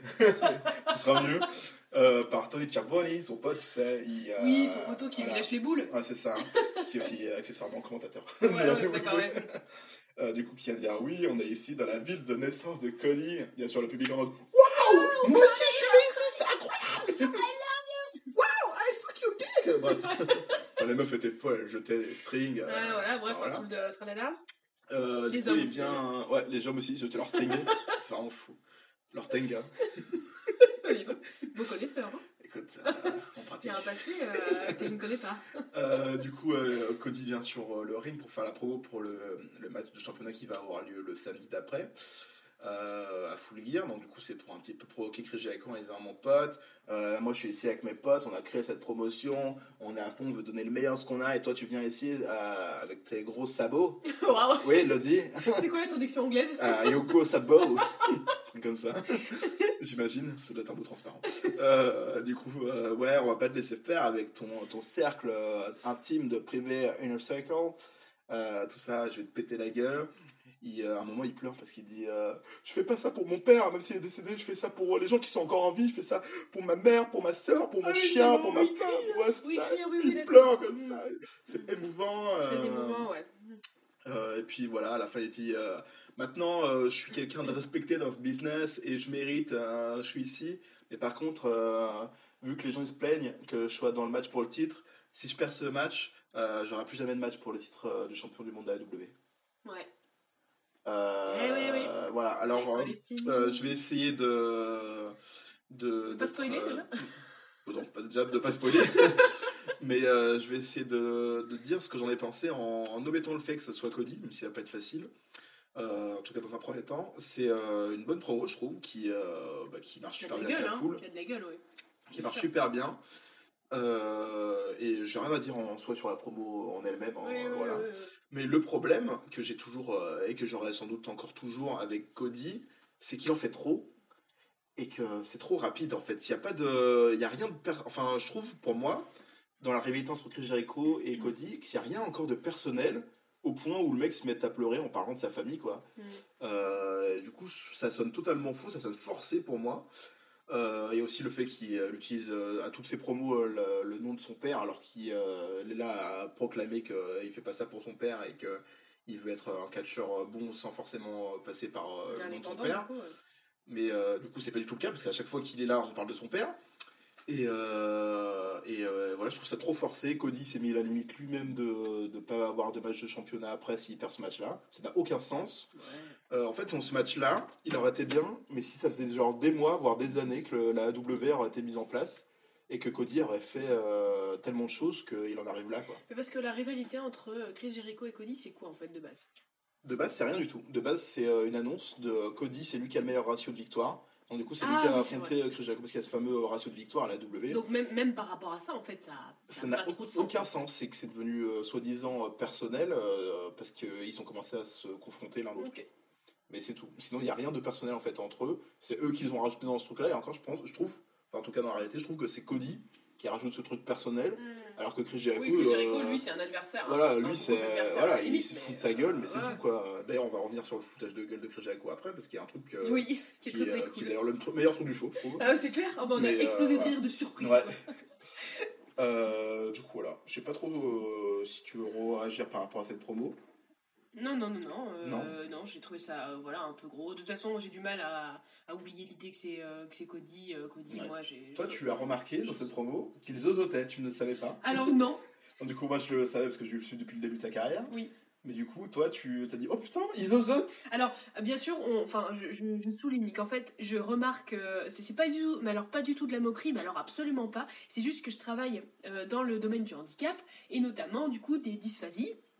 Et en fait, du coup, quand il y a un trouble comme ça qu'on appelle neurodéveloppemental, en fait, parce que c'est ou une malformation, ou une partie du cerveau, ou ça peut être un traumatisme, bref, on s'en fout. Du coup, j'essaye d'avoir l'œil pour remarquer ce genre de choses. Et alors quand je remarque ce genre de choses, je trouve ça toujours incroyable. Voilà, je trouve tout incroyable, hein, clairement. Un caillou dans ma chaussure, je trouve ça incroyable. Bon, mais là, c'est vrai que le zozotement, j'ai trouvé ça ouf, mais j'ai trouvé ça d'autant plus ouf que du coup à ce moment-là il se met vachement en avant et tout. Je pense vachement à sa personne personnellement, je veux dire, au-delà de son jeu d'acteur, quoi. Je pense à lui, au fait qu'il zozote, etc. Voilà, donc ça m'a surprise. Parce que tu es une femme, c'est surprise. Oui, mais je suis pas sûre de ça. Très bien. Bon, bref, voilà. Du coup, c'est tout ce qu'on a à dire sur cette magnifique promo, la meilleure promo ever, si vous voulez. En soi, hein, je rappelle un petit peu, mais on n'a vraiment rien contre cette promo-là. C'est juste le fait que ça soit pour nous totalement inapproprié en fait par rapport à la situation. Ouais, un peu gros, ouais. Un peu gros, voilà. C'est un peu ce que je reproche d'ailleurs même à Triple H. Hein. C'est quand il en fait trop, par exemple pour un match qui est pas du tout mis en avant, où il en fait des tonnes et des tonnes, alors qu'en soi, ça n'a pas non plus quelque chose de si profond que ça, quoi. Donc moi je regarde juste que cette promo-là soit pas faite après un réel travail en amont, autant du personnage de Cody que de l'affrontement lui-même, plutôt que là ça tombe un peu comme un cheveu dans la soupe. Voilà. On n'aime pas avoir des cheveux dans les soupes. Hein. Ouais. C'est pas très agréable. D'ailleurs on n'aime rien avoir dans les soupes à part des croutons. Du coup c'était un match qui moi m'a un petit peu étonné aussi. Je tiens à rappeler, je fais aussi un petit rappel parce que du coup je vais enchaîner encore sur quelque chose de négatif, mais que je ne suis pas, d'ailleurs toi non plus. On n'est pas anti-AEW. Ah, pas du tout. D'ailleurs, même au début, c'était presque l'inverse. Oui, nous, on était très chaud à aller voir la AEW. On a vraiment apprécié beaucoup de trucs. Moi, j'aime leur design, par exemple, qui est explosif. MDR. Je le trouve super bon. J'adore leur présentation. J'adore vraiment leur design, leur couleur et tout. Je trouve ça super cool. Ça change de l'américain. Donc, puis il y a vraiment des catcheurs chez eux qui sont, qui ont des parallèles à la WWE que je trouve mauvais. Enfin voilà. Donc, non, franchement. Donc, donc on n'est pas du tout anti-AEW. Et pourtant, le match qui suit, pour moi, ça m'a mis une sorte de froid, on va dire. C'était un match de ce qu'ils appellent ça pour la médaille de bronze. Donc, du coup, c'était Dark Order, que je trouve toujours très très mal utilisé à la AEW, oui. Qui affrontait du coup Private Party pour un match pour déterminer la personne qui sera la troisième participante, la troisième entrée dans le match de championnat qui aura lieu à Full Gear, du coup le match de championnat qui opposera SCU et et les Lucha Brothers. Du coup, c'était un match entre Dark Order et Private Party, comme je le disais, pour être ajouté à ce match-là. Et en fait, je n'ai pas compris du tout d'où ce match sortait. J'ai pas compris pourquoi il y avait cet affrontement entre les deux. Après, je me suis un petit peu plus renseigné. Je me suis aussi rappelé du tournoi qu'il y avait eu pour les titres par équipe, où ces deux équipes-là, du coup, le Dark Order et Private Party, étaient arrivés sur la marche avant la finale, du coup, qui s'était fait éliminer respectueusement par SCU et les autres par Lucha Brothers. Donc, du coup, c'était ceux qui sont arrivés aux portes, enfin, qui étaient en demi-finale, du coup, qui s'affrontent pour être ajoutés à ce match. Mais je n'ai pas compris pourquoi ce match a eu lieu, pourquoi, dans quelles circonstances il faut rajouter une équipe à cet affrontement. Est-ce qu'ils se sont rendus compte dans les vestiaires que en fait SCU et les Lucha Brothers c'était peut-être un style qui était pas assez dynamique pour eux, d'où la victoire d'ailleurs de ce match-là des Private Party. J'ai pas vraiment compris d'où ça sortait, voilà, donc j'aurais aimé un petit peu plus d'explications, pourquoi pas. Mais voilà, c'était un match qui était assez sympathique. Moi, j'aime toujours Dark Order. J'aime vraiment beaucoup Dark Order. Je dois avouer que ça manque encore de travail au niveau de leur entrée, comme je le disais pour Tanara, hein, pour la NXT. Dark Order, ça manque un petit peu de travail au niveau de la réalisation de tout ça. Moi, j'aime beaucoup les deux, autant Evil Uno que Stu Grayson. J'aime vraiment ce duo. Je trouve qu'ils ont vraiment des très bons combos par équipe. Je trouve vraiment qu'ils ont aussi un style qui se démarque des autres. Là, j'avoue que j'étais un petit peu en froid par rapport aux sbires, on va dire, de Evil Uno qui était en tenue de plongée, j'ai pas compris. D'habitude, ils sont torse nu, donc du coup, ça passe un petit peu plus. Je trouve que ça fait vraiment plus étrange, quoi. Mais là, c'était pas du tout ça, donc j'ai pas compris ce qu'ils ont fait. J'ai toujours pas compris pourquoi Dark Order a été recruté, enfin, ont été recrutés plutôt par la AEW, parce qu'ils font, en fait, tous les matchs qu'ils font perdent. Donc je comprends pas l'utilité qu'ils ont, et surtout qu'ils sont décrédibilisés un max en fait depuis qu'ils sont arrivés à la W, parce qu'ils ont gagné aucun match. Donc voilà, et puis surtout je trouve que contre Private Party ça faisait vraiment très étrange, parce qu'il y a vraiment une différence de gabarit entre les deux équipes, et que là c'était un petit peu bizarre. Je me souviens pas bien moi. Mais parce qu'il n'y avait rien à se rappeler en soi, hein, donc voilà. Donc du coup, c'est une victoire du Private Party qui vont être ajoutées au match de championnat qui aura lieu à AEW Full Gear. On a ensuite la fameuse promo de Chris Jericho, ouais. qui reprend totalement la promo de Cody qui a eu lieu quelques semaines, où nous, d'ailleurs, si vous voulez aller regarder la critique de ce show-là. Qui tourne en dérision, la promo de Cody même. Oui, qui parodie totalement à la promo, mais du coup on en avait parlé dans le show qui était dédié à ça, où on avait eu cette promo de Cody, qu'on avait trouvé ça extrêmement quiche et quiche. Oui, extrêmement quiche Lorraine. Voilà. D'ailleurs, on avait lancé le hashtag C'est ça le kitsch, qui n'a jamais été diffusé. Non, mais bon, un jour viendra. Voilà, peut-être après ce concours qui nous fera gagner sans doute 1 million d'abonnés. Voilà, ce serait c'est ça le kitsch. Ouais. Ok. Et donc du coup il tourne en dérision la promo de Cody. C'est ça, où en fait il remplace Brandy Rhodes par Sammy Guevara. Il lui fait un petit bisou quand il part, c'est ridicule. Franchement c'était à se pisser dessus de rire. Ouais, au lieu d'être dans la sorte de machin gelé là pour les muscles, en fait il est dans sa baignoire. Comme un gros bout, avec une bouteille de champagne.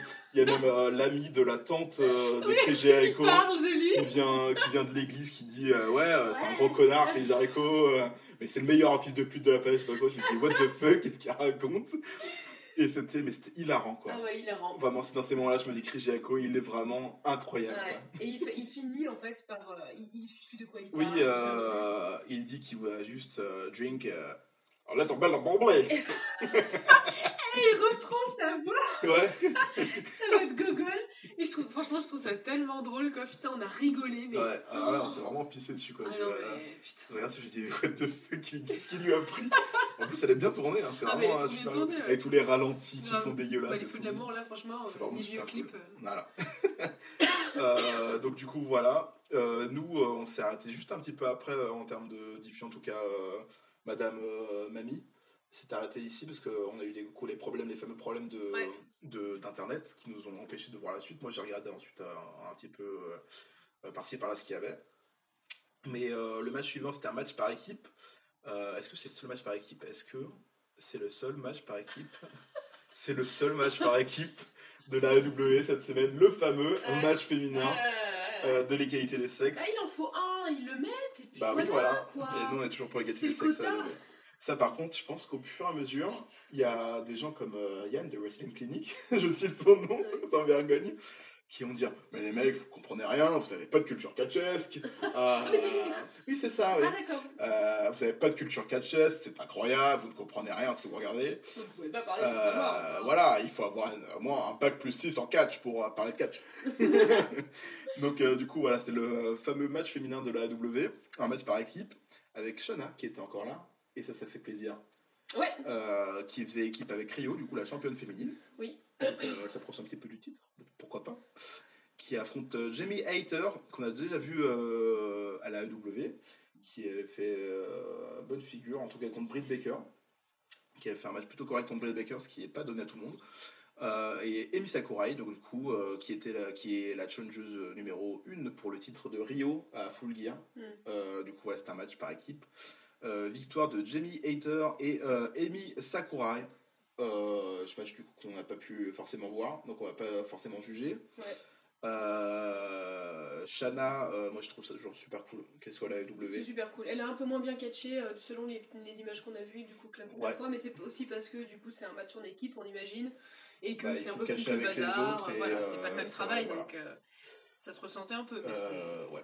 Du coup, c'était une victoire de Jamie Hayter et Emi Sakurai. Et du coup, première défaite de Rio, qui perd contre cette challengeuse Emi Sakurai.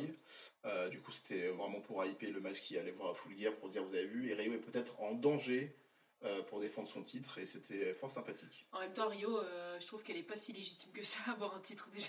C'est très bizarre. Son booking, comme on dit, est très...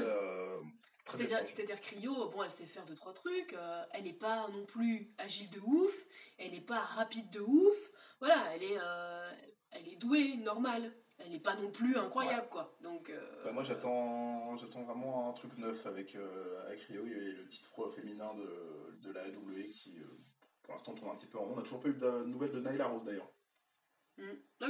Qui avait attaqué tout le monde après avoir perdu contre Rio, et finalement elle est totalement absente depuis ce match là. Mais non, mais Nyla Rose du coup c'est comment elle s'appelle la femme de Cody? Brandi Rhodes. Brandi Rhodes, oui, du coup Brandi, c'est de elle qu'elle fait la... Non, c'est pas elle. C'est qui? C'est Awesome Kong. Ah oui, putain, je confonds. C'est pas la même personne, Awesome Kong. D'ailleurs, il y a on a vu dans Globe. Oui, dans Globe. D'ailleurs, elle refait une promo du coup, Brandi Rhodes. Oui, elle refait une petite promo. Voilà. Où elle remontre qu'elle est en train de... D'ailleurs, c'est la promo qui s'est passée juste après. C'est Brandi Rhodes qui est dans les vestiaires et qui dit écoute, je suis pas ici juste parce que Cody suce la bite. Ouais. Mais quand même un petit peu beaucoup. Mais pas qu'elle suce la bite, mais qu'elle est ici. Elle fait ce qu'elle veut aussi. C'est une femme libre. C'est pas si facile. Et du coup, qui fait encore une promo pour dire des trucs un petit peu, on sait pas trop pourquoi. Et voilà, qu'elle va être au top du top de la division féminine, et que voilà, elle a sa Awesome Kong qui est une sorte de Pokémon qu'elle lance comme ça. Ouais, c'est ça. Sur qui elle veut. Ouais. Et voilà. Elle la nourrit bien, voilà, et puis du coup, elle sera forte. Voilà, c'est très bien. Du coup, voilà, c'était cette promo-là que nous, de toute façon, je pense que les gens ont compris s'ils écoutent en tout cas toutes les vidéos où on parle de la AEW. Mais Brandi et Cody, nous, c'est vraiment le summum du nulos. On n'apprécie vraiment pas ce qu'ils proposent, et c'est vraiment kitsch et forcé. Voilà, on n'apprécie pas trop. Du coup, on a ensuite un match entre Brandon Cutler et Sean Spears, qui était accompagné de Tully Blanchard, donc du coup le papa de Tessa Blanchard, donc on a parlé plus tôt. Sean Spears gagne logiquement le match parce que Brandon Cutler, c'est le pote des Young Bucks qui se fait tout le temps défoncer, il est là que pour se faire défoncer. Donc du coup voilà, Sean Spears qui gagne, je crois que c'est sa première victoire d'ailleurs à la W, parce qu'il s'était fait défoncer par John Moxley et Kenny Omega d'ailleurs, et Cody aussi, c'était le premier affrontement de Cody. Du coup voilà. Et ensuite, après le match, il veut un petit peu défoncer Cutler, mais il y a Joey Janela qui arrive pour faire fuir Spears. Et voilà, en fait, c'est juste pour teaser le match qu'ils vont avoir à Full Gear, parce qu'il y a un match entre les deux qui sort de nulle part, mais du coup, il faut quand même dire que ce match-là va avoir lieu. Donc, d'où ce match-là et cet après-match-là. Voilà, on a ensuite le main event, qui était fort sympathique, j'ai beaucoup apprécié moi ce que j'ai vu. C'est Hangman Adam Page qui les équipe encore une fois à Kenny Omega, une équipe que j'adore pour le coup. C'est super cool. Même si c'est pas une vraie équipe, mais en tout cas c'est un duo que j'apprécie beaucoup. Qui faisait face à Sammy Guevara et Chris Jericho, qui était toujours accompagné de Jack Hager, l'homme qui ne parle pas d'ailleurs. Ouais. Qui était, l'homme qui n'a dans pas de cette langue. promo, voilà, dans la promo, la fameuse promo parodie où en fait on voyait juste des gros plans sur Jack Hager qui disait rien. C'était marrant. Vous vous souvenez des troubles neurodéveloppementaux? Très bien. Du coup, on a un match qui était super sympa, qui est quand même gagné par Sammy Guevara et Chris Jericho après une petite intervention de Pac sur Hangman Adam Page, du coup, pour teaser leur affrontement qui va avoir lieu à Full Gear aussi. Kenny Omega et Adam Page, j'aime beaucoup l'équipe. Leur duo, leur combo par équipe est super cool à chaque fois. Cool. Ils sont hyper dynamiques. Ça marche super bien.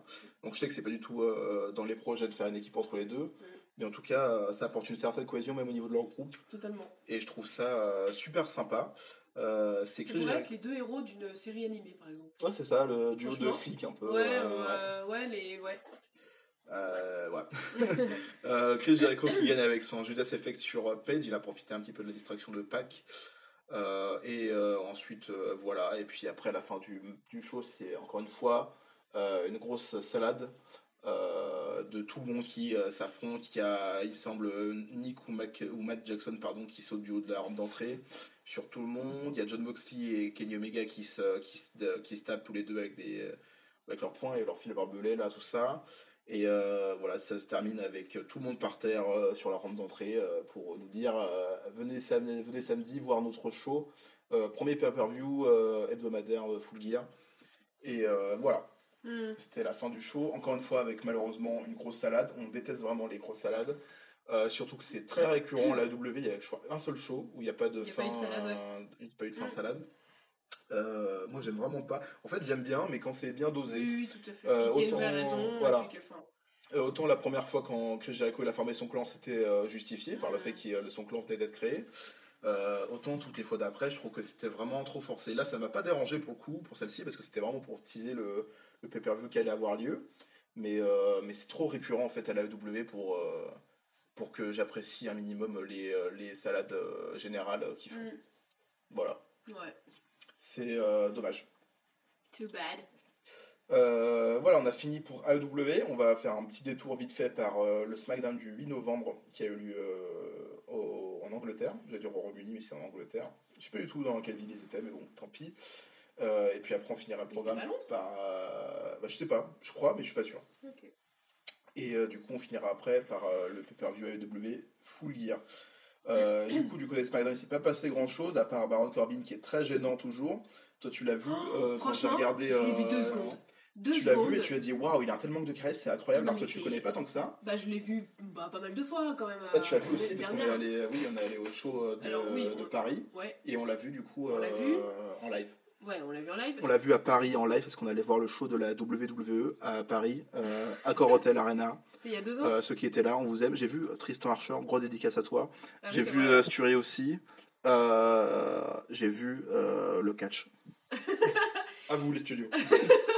Puis même je l'avais vu pas mal de fois, enfin quand même je l'ai vu catcher plein de fois, pardon pour le bruit de la chaise, mais c'est vrai que j'ai jamais eu d'intérêt pour ce mec.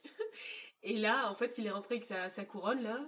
Tu dis, mais non, mais en fait, enlève-la ta couronne. Hein, parce que vraiment, avec son truc de fourrure, là, tu vas te faire passer pour qui, quoi. Enfin, en fait, non, pas du tout, quoi. Donc, il a zéro charisme, ce mec. Zéro.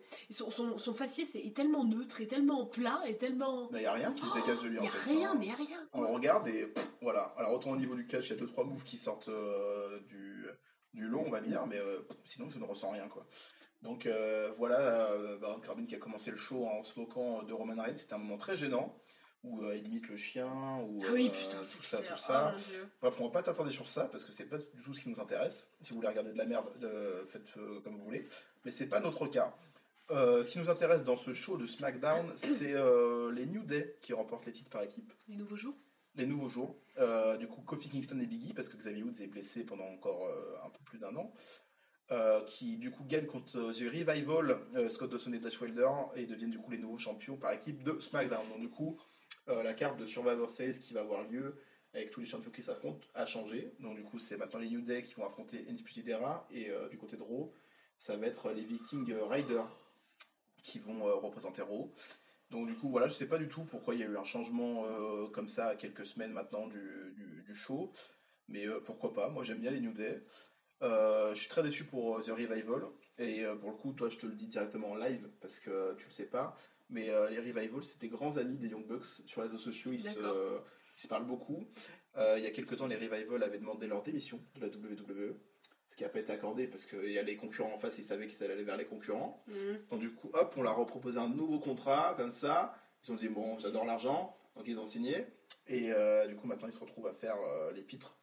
Et à perdre leur titre alors qu'ils sont défendus aucune fois et qui d'ailleurs ils perdent à chaque fois qu'ils avaient des matchs, même quand c'était pas pour les titres. Très bien. Donc du coup voilà, moi j'attends qu'une chose de Revival, c'est qu'ils se cassent et qu'ils aillent à la AEW. Ouais. Et je pense que ça peut faire des super bons matchs avec les Young Bucks ou avec d'autres équipes de la AEW. Voilà. On a Heavy Machinery, que toi tu connais pas trop. Tu avais vu Otis, tu sais, celui avec le gros ventre qui danse comme ça là. Voilà, les deux qui viennent sur le ring, ils se font attaquer par Imperium. Imperium que tu connais parce qu'on a regardé NXT. Oui. Du coup, Imperium qui viennent les défoncer pour un petit peu continuer cette rivalité entre NXT et tous les autres. Enfin, SmackDown et Raw, tout ça. Ils viennent un petit peu défendre les terres parce qu'en plus ils sont de UK.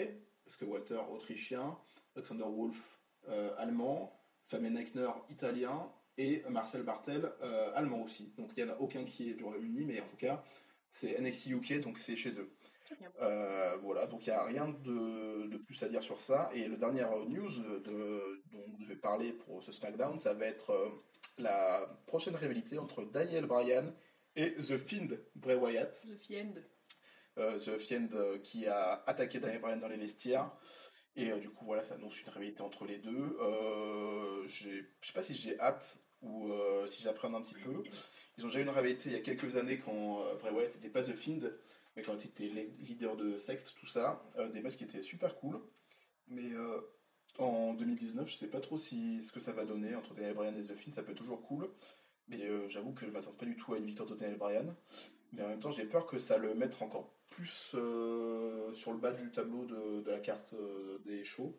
Parce que j'adore Daniel Bryan et que j'avoue que j'avais un petit peu hâte de le revoir en haut du tableau. Mais là, s'il sert juste de faire valoir pour The Fiend, ça me déçoit un petit peu. J'aurais préféré qu'il mette quelqu'un d'autre en face. Voilà. Rien d'autre à dire de plus sur SmackDown du 8 novembre. On va passer à AEW Full Gear pour terminer cette grosse vidéo, cette grosse taloche, on peut le dire. La taloche. AEW Full Gear qui a eu lieu le 9 novembre. Je vais vous parler vite fait de ce show parce que j'ai pas encore eu le temps de voir en détail, en tout cas, ce qui s'est passé. J'ai regardé les highlights sur YouTube, comme on va pas se cacher, vous le faites aussi. Voilà, donc du coup, le premier match c'était Proud and Powerful. J'ai pas parlé du buy-in, donc du coup le pré-show qui a lieu à la AEW parce que je l'ai pas regardé, donc je vais même pas essayer de mentir pour vous dire que j'ai vu ce qui s'est passé parce que j'ai même pas regardé le highlight de ça. Mais je vais vous parler de ce que j'ai pu voir en tout cas pour le show principal et des moments que j'ai vus. Le show a commencé par le match par équipe entre Proud et Powerful. Donc du coup c'était Ortiz et Santana qui affrontaient les Young Bucks. Match très correct. J'ai vraiment apprécié ce qui s'est passé. Les deux équipes ont une bonne alchimie. Ça va de partout. Le style est différent entre tous les catcheurs et les combos aussi sont très très jolis.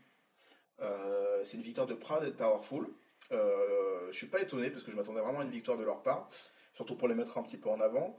Mais voilà, c'était un très très bon match à voir, un bon match par équipe. Et puis voilà, je pense que c'est un truc assez cool. On a du coup les Rock'n'Roll Express, du coup les deux vieux qui se sont fait passer par leur rampe d'entrée il y a quelques semaines à la AEW, qui étaient là en ringside pour regarder le match. Et puis ensuite, même si les Proud and Powerful ont gagné, les deux Vioc, on peut le dire, sont venus pour taper Santana Ortiz pour un petit peu se venger. Ouais, tu m'étonnes. Et fallait s'en remettre déjà de la dernière fois. Déjà, fallait s'en remettre, donc je sais pas comment c'est qu'ils sont encore sur pied. À travers le sol. Mais c'était très cool. Il y a eu un flip palo driver, du vieux sur Santana directement. Et voilà, c'était une fin plutôt sympathique. J'avoue que je vais encore faire un petit peu mon rageux. Mais le fait que les Young Bucks perdent le match, mais sont quand même mis en avant après le match en aidant Rock'n'Roll Express, ça me dérange un petit peu. C'était un moment quand même très cool, hein, mais moi ça je trouve que ça décrédibilise encore Santana et Ortiz, alors que pour le coup, ils avaient gagné le match, donc ils n'avaient pas forcément besoin derrière de se prendre une mandale. Voilà. Match simple entre le bâtard Pac et Eggman Page, enfin. L'affrontement entre les deux tant attendu. Le match était encore une fois très cool. D'ailleurs, je vais dire ça à peu près pour tous les matchs du show. Je ne vais pas non plus vous parler de tout ce qui s'est passé parce que je pense que c'est un show aussi à voir. C'est quand même le premier pay-per-view de la AEW, en tout cas depuis qu'ils ont commencé les shows hebdomadaires. Donc c'est vraiment le premier pay-per-view qui est un minimum, on va dire, travaillé de ces dernières semaines, quoi. Et voilà. Donc, du coup, le match entre Pac et Eggman Adam Page était super sympa. Eggman Adam Page, il m'a fait une bonne impression, plus que les dernières semaines d'ailleurs. Et en parlant d'ailleurs, c'est lui qui remporte la victoire contre Pac. Donc du coup, c'est la première défaite de Pac en 1 contre 1 contre Eggman Adam Page. Donc ça le met bien en avant.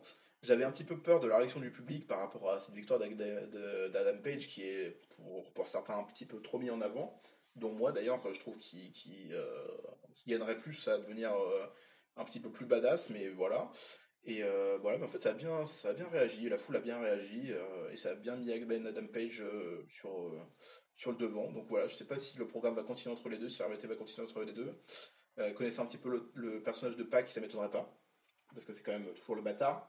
Donc je sais pas s'il va digérer sa défaite, mais voilà, à voir.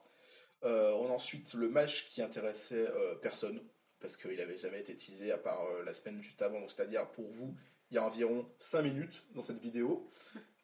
C'était Joey Janela qui affrontait Shawn Spears, qui était toujours accompagné de Tully Blanchard. C'était le match OSEF. Voilà, c'était pas le match post-pipi, c'était le match OSEF. Match on s'en fout. Voilà, c'était le match on s'en fout, malheureusement d'ailleurs, parce que moi j'aime les deux catcheurs, je les trouve super cool. Mais le match n'a pas du tout été travaillé en amont. Donc du coup, ça crée vraiment, pour moi, un vide en fait à ce niveau-là. En fait, on ne ressent pas grand-chose. En fait, on dirait un match de Dynamite, mais foutu ici, alors que c'est pas du tout là où il aurait dû être. Pour moi, d'ailleurs, il aurait dû même être dans le pré-show du coup de ce show-là, donc c'est-à-dire la chose qui n'est pas diffusée, qui est avant pour un petit peu mettre en avant la foule pour les mettre chaud pour le show principal. Mais pour moi, ça aurait dû être mis avant le show principal, donc du coup, dans le buy-in. Voilà. C'est une victoire quand même de Shawn Spears avec un beau palo driver à l'extérieur, aidé de Tully Blanchard, donc à l'ancienne, à l'époque de la NWA, la vieille NWA des années 80-70. Et du coup, Shawn Spears qui en profite après pour faire son Dead Valley Driver, pardon. Voilà, pour terminer le match et en finir avec Joey Janela. Voilà. On a ensuite une petite promo de Kip Sabian. Je sais pas si toi tu te rappelles de Kip Sabian. C'était le jeune homme avec la tenue verte fluo et orange qui avait fait équipe avec André Lico et Jack Evans. Tu sais, ceux qui sautent de partout, qui sont jaune fluo, pas jaune fluo, vert fluo. Oui. Il avait fait équipe avec eux pour affronter Kenny Omega et les Young Bucks.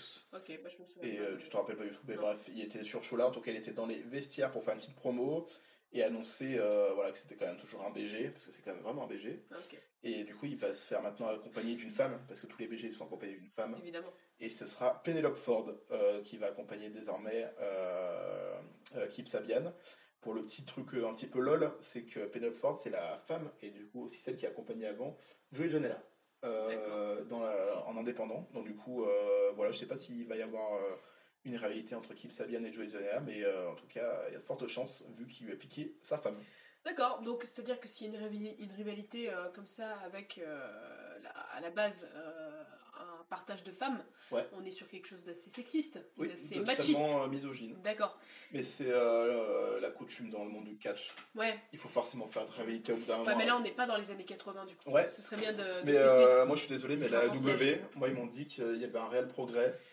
Au niveau du traitement des gens et qu'il y avait une égalité au niveau des hommes et des femmes. Donc pour moi, s'ils font ça et qu'après ils font une réalité où ça soit deux femmes qui s'affrontent parce qu'il y a un homme au milieu, ce sera toujours misogyne, mais au moins ce sera égalitaire. D'accord, ça me va. Pas du tout. Je plaisante bien sûr, c'est totalement de l'ironie. C'est totalement sexiste. Voilà, on a ensuite le fameux match, ce que je disais juste avant, où les private parties, je sais pas pourquoi ils ont été intégrés à ce match-là, mais c'est un match triple menace, donc du coup avec 3 équipes pour les titres AEW par équipe. Du coup, c'est les SCU, Frankie Kazarian et Scorpio Sky, qui affrontent les Lucha Brothers, Phoenix et Pentagon Junior. Et du coup, la troisième équipe qui s'est rajoutée la semaine dernière, il y a quelques jours, et pour vous, il y a 10 minutes, c'est Private Party. C'était un match que je n'ai pas trouvé foufou. Ce que j'ai trouvé foufou, c'est toujours Phoenix. Il est toujours incroyable. Il a une aisance avec les corps, c'est toujours phénoménal. Et à ce moment-là, en fait, pendant ce match, je me suis dit, je comprends pourquoi ils ont rajouté Private Party maintenant. C'est parce qu'en fait, SCU et surtout Frankie Kazarian est très en dessous du niveau des autres compétiteurs.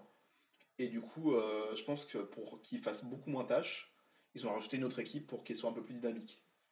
Voilà, c'était ma conclusion moi en voyant ce match. C'est quand même une victoire de SCU, donc du coup Frankie Kazarian et Scorpio Sky qui conservent les titres en faisant leur finisher, leur sorte de JTS à deux sur l'un des membres de Private Party et faire le tomber. Voilà, suite au match, on a Pentagon Junior et Rey Fenix qui attaquent enfin SCU, ce qu'ils auraient dû faire quand ils n'ont pas gagné les titres par équipe. Mais là, ils les attaquent enfin. Et à ce moment-là, il y a le lumière s'éteint. Les lumières s'éteignent plutôt. Ouais, plutôt, évident. Et quand elles se rallument, il y a un autre Pentagone Junior. Alors là, il y a deux Pentagone Junior sur le ring. Là, du coup, what the fuck, qu'est-ce qui se passe? Et l'autre Pentagone Junior, il attaque Pentagone Junior, il attaque aussi Rey Fenix. D'accord. À ce moment-là, les gens ils disent, mais what the fuck, que se passe-t-il? Et en fait, le faux Pentagone Junior, il enlève son masque, et c'était Christopher Daniels, le troisième membre de SCU qui s'est fait attaquer il y a quelques semaines par Pentagone Junior. Pourquoi il est là? Parce qu'en fait, il veut se venger. Donc, du coup, il s'est dit, je vais faire une entrée incroyable en me déguisant en Pentagone Junior. C'est un petit coquin. C'est un petit coquin, voilà. Il enlève son masque et il a le fameux symbole comme une croix, une sorte de croix. En fait, c'était ce symbole à l'époque, pour ceux qui ne le savent pas, peut-être il y a aussi qui nous écoutent qui ne le savent pas. Mais le surnom de Christopher Daniels, c'est The Fallen Angel, l'ange déchu. Et en fait, avant, il avait une sorte de personnage par rapport à ça, où d'ailleurs, il a toujours un tatouage ici avec une sorte de croix. Et du coup, là, il s'était maquillé le haut du visage avec une sorte de croix. Donc, du coup, les gens dans le public chantent Fallen Angel. Voilà, l'ange déchu. Et c'était très sympathique. On a ensuite un match qui m'a pas du tout intéressé, pour même le dire, je n'ai même pas regardé les highlights de ce moment-là. C'était Ryo contre Emi Sakura. D'ailleurs, je me rends compte que je l'appelle Sakurai tout le temps. Mais en fait, c'est Sakura. Je crois bien que c'est Sakurai, non? Je sais pas. En tout cas, moi, je dis Sakurai. Mais c'est pas du tout Sakura. Donc, du coup, c'était un match que je vais pas vous dire ce qui s'est passé parce qu'en fait, je l'ai pas regardé. Tout ce que je sais, c'est que c'est une victoire de Ryo. Je crois que j'ai vu la fin où c'était Ryo qui est tourné tout autour de Emi Sakura pour faire le tomber en piquant le tomber comme elle le fait d'habitude. Tu sais, elle pique comme ça, hop, 1, 2, 3 vite fait. Et du coup, voilà, je vais peut-être regarder ce match au moins pour me faire un avis sur Emi Sakura, voir ce qu'elle vaut en un contre 1 pour un match pour le titre. Ryo, ça ne me convainc toujours pas, même le peu que j'ai vu de ça manque d'intensité. Ça pourrait mieux passer avec Emi Sakura, on pourrait croire, mais en fait, je trouve que pas du tout. Ça manque un petit peu d'intensité, surtout au niveau de sa finisher, avec ses deux genoux en avant courant là, où en fait elle l'a fait 2 fois d'affilée et j'ai absolument rien ressenti à part un coup basique, quoi. Voilà. On passe ensuite au match de championnat qui n'était pas le main event. Donc comme quoi à la W, même les matchs pour les titres de champion du monde, c'est pas la priorité.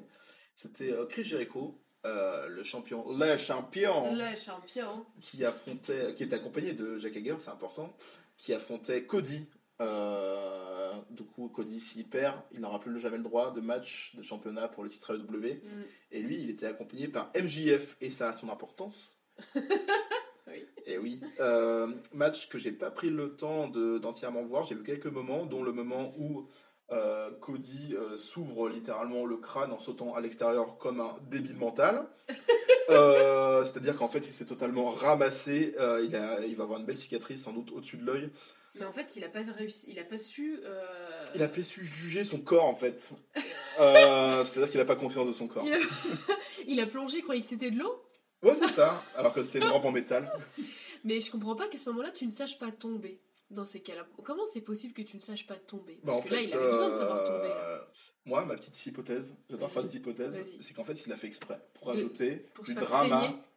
Rajouter du drama encore plus en disant oh, vous avez vu, il saigne, il est vraiment courageux, Cody. Surtout que, vu pâle comme il est, avec ses cheveux et tout, le sang... Déjà, c'est déjà arrivé avec le coup de chaise de Sean Spears, qu'il avait ouvert le crâne. Et là, il s'ouvre encore le crâne, donc je pense qu'au bout d'un moment, la seule personne qui s'ouvre le crâne ici, c'est Cody. Il faut arrêter de foutre de ma gueule. Peut-être qu'il aime ça, enfin, je veux dire.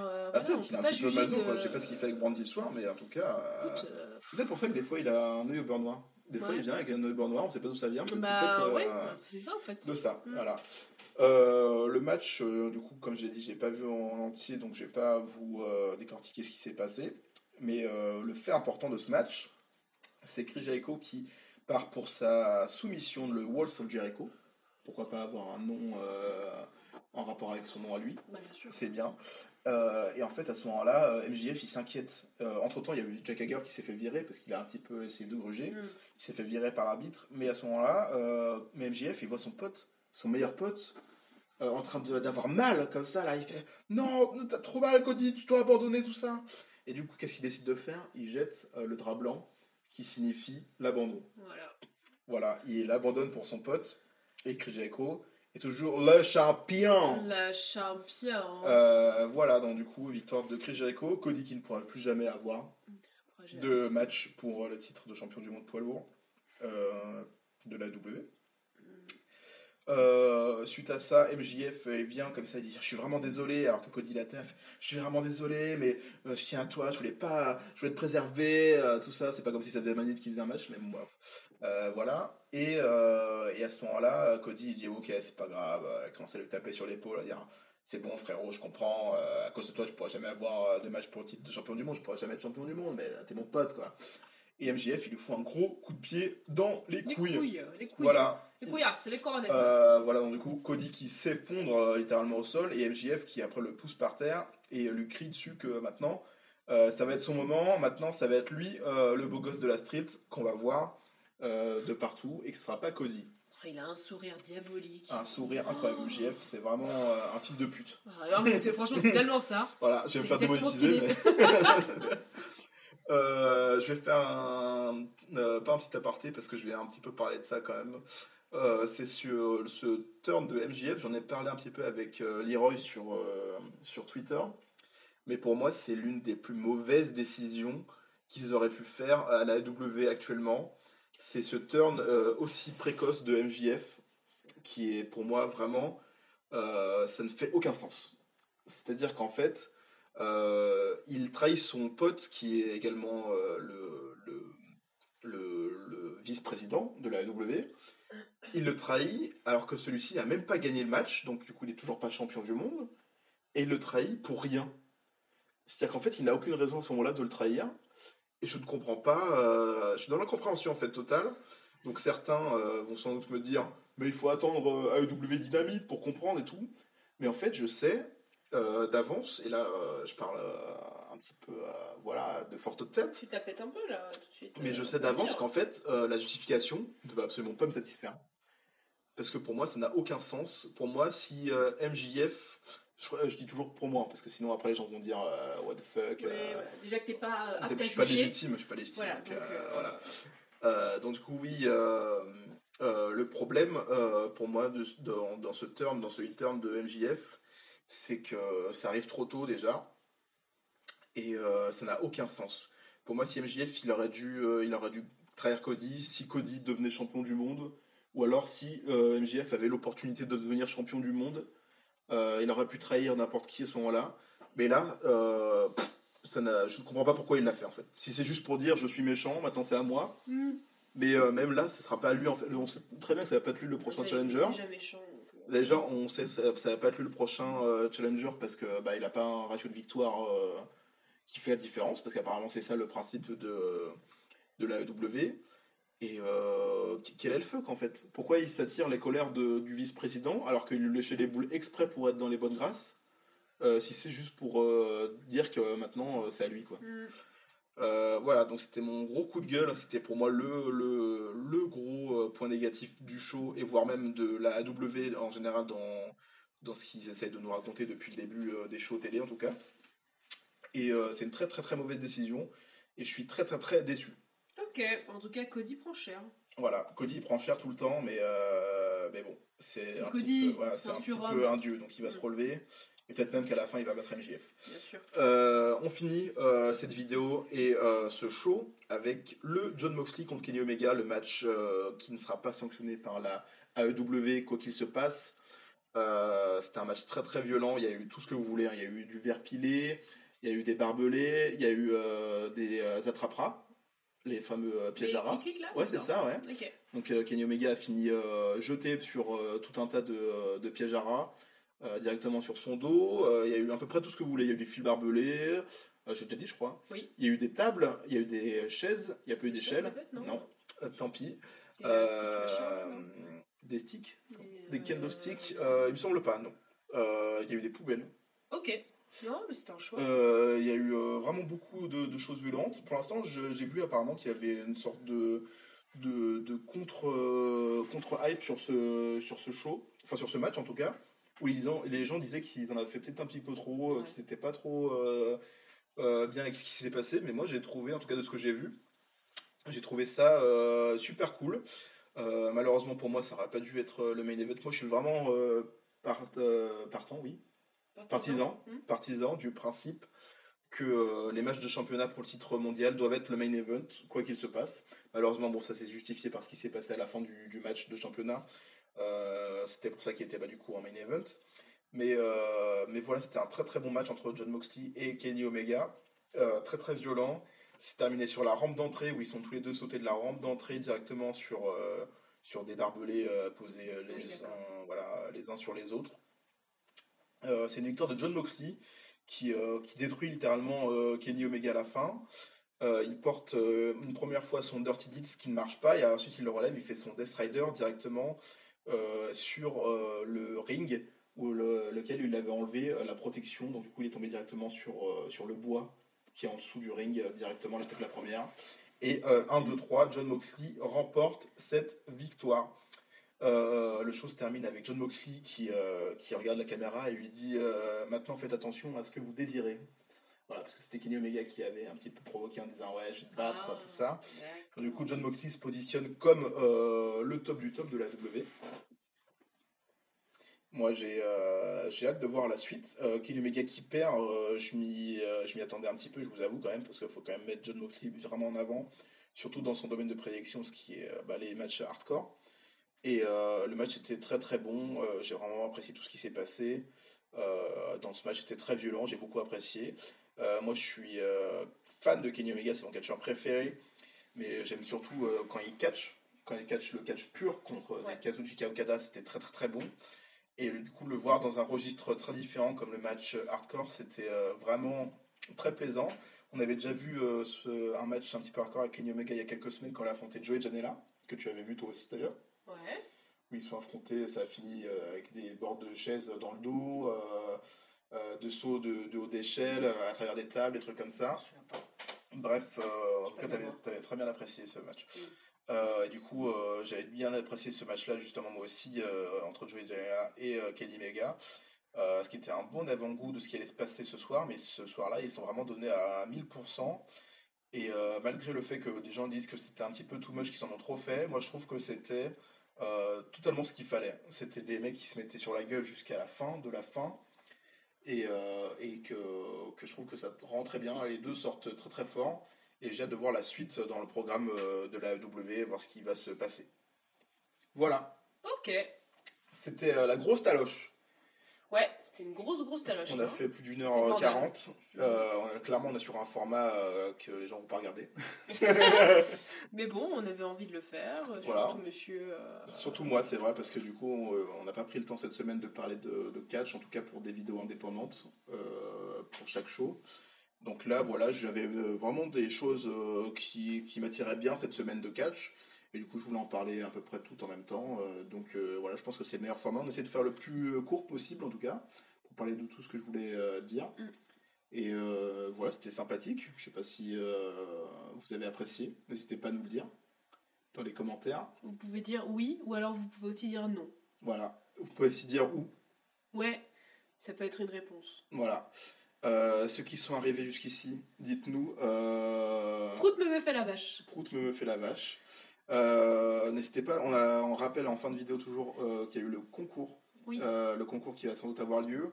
On va attendre qu'on ait un peu plus d'abonnés quand même pour que ça soit un petit peu compétitif, on va dire. Parce que sinon, ça n'a aucun sens. On sait que ça va être soit Wingreen, soit Leroy, ou peut-être éventuellement Cody, qui vont gagner le lot. Donc ça ne sert vraiment pas à grand-chose. Voilà.